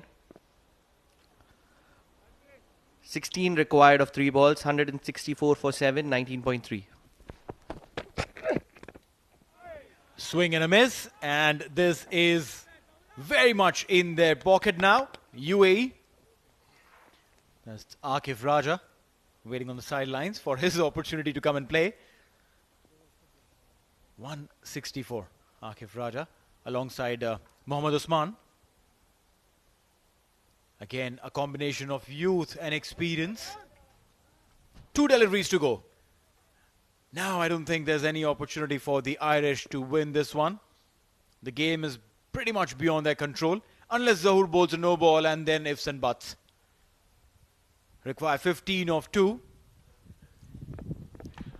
It's a brilliant comeback from UAE. Played it straight. Will be a single. And that'll be it. The UAE have done it again, beating Ireland almost. 1 more delivery to go to ensure that it goes in the record books. But technically speaking, this game is pretty much done. Simi Singh will be coming in to face the last delivery of the innings. Ireland 14 required of 1. 33 matches for him. 1 half century to his credit, but that strike rate, look at that. That's been the problem with the Irish. Most of them who come in the middle order and lower, the strike rates have been really bad. When we saw the strike rate of Kashif Dawood, who came to bat right at the fag end, his strike rate was 181. That's the kind of difference that happens. That changes everything, literally. You really need to have a massive striker at number 6, number 7, who can change the game. Naseem Khushi is something that Oman has. Kashif Dawood, UAE. And that's victory for UAE. What a comeback is that from UAE. That's right, Zahoor Khan finishing it off in style with the slower bouncer that he's known for. He does that again, and Simi Singh completely forks, and that will be it, ladies and gentlemen. 20 overs bowled. Ireland could only muster 165 for 7 after a brilliant start. They had in that middle time, they almost were touching distance to victory, but it was UAE who held their nerves and ensured that they win this game comprehensively. Ahmed Raza, Chirag Suri, Wasim, all on your frame. They've done really well, but this guy, Kashif Dawood, he made all that difference. That last over, 23 runs, I tell you, it was a game-changing knock coming in at the fag end of the innings. Definitely, when you finish on a high, you definitely come into bowl with a lot of spirits. Obviously, the run out as well. Ahmed Raza giving the instructions, just like the last match, discussing the do's and don'ts. Such a beautiful unit. UAE looking to be the prime contenders of the World Cup qualifiers. That's right. I mean, you need to address the good and the bad right there, right now. Ireland, let's quickly have a look at this batting card. Paul Sterling got run out. Ritya Arun with that direct hit, just 1 run. Andrew Balbirnie, 42. Gareth Delaney got a 40. 40 for Curtis Camphor, but really slow and sluggish. After that, there was literally nothing that one could talk about, barring a Tucker 22. 165 is all that Irish could manage in 20 overs, with that extras mounting to 5. That's the bowling card for UAE. Extremely tight. Kashif Dawood was expensive with an economy of 12. Karthik Mayappan very impressive. 2 wickets for him and 1 wicket apiece for Rohan Mustafa and Zahoor Khan. Alright, so let's quickly have a look at what happened in the second innings. And I'm telling you, the pick of the highlight was this one. The run out, Ritya Arvind with a direct hit. Paul Sterling, look at that stare that he gave.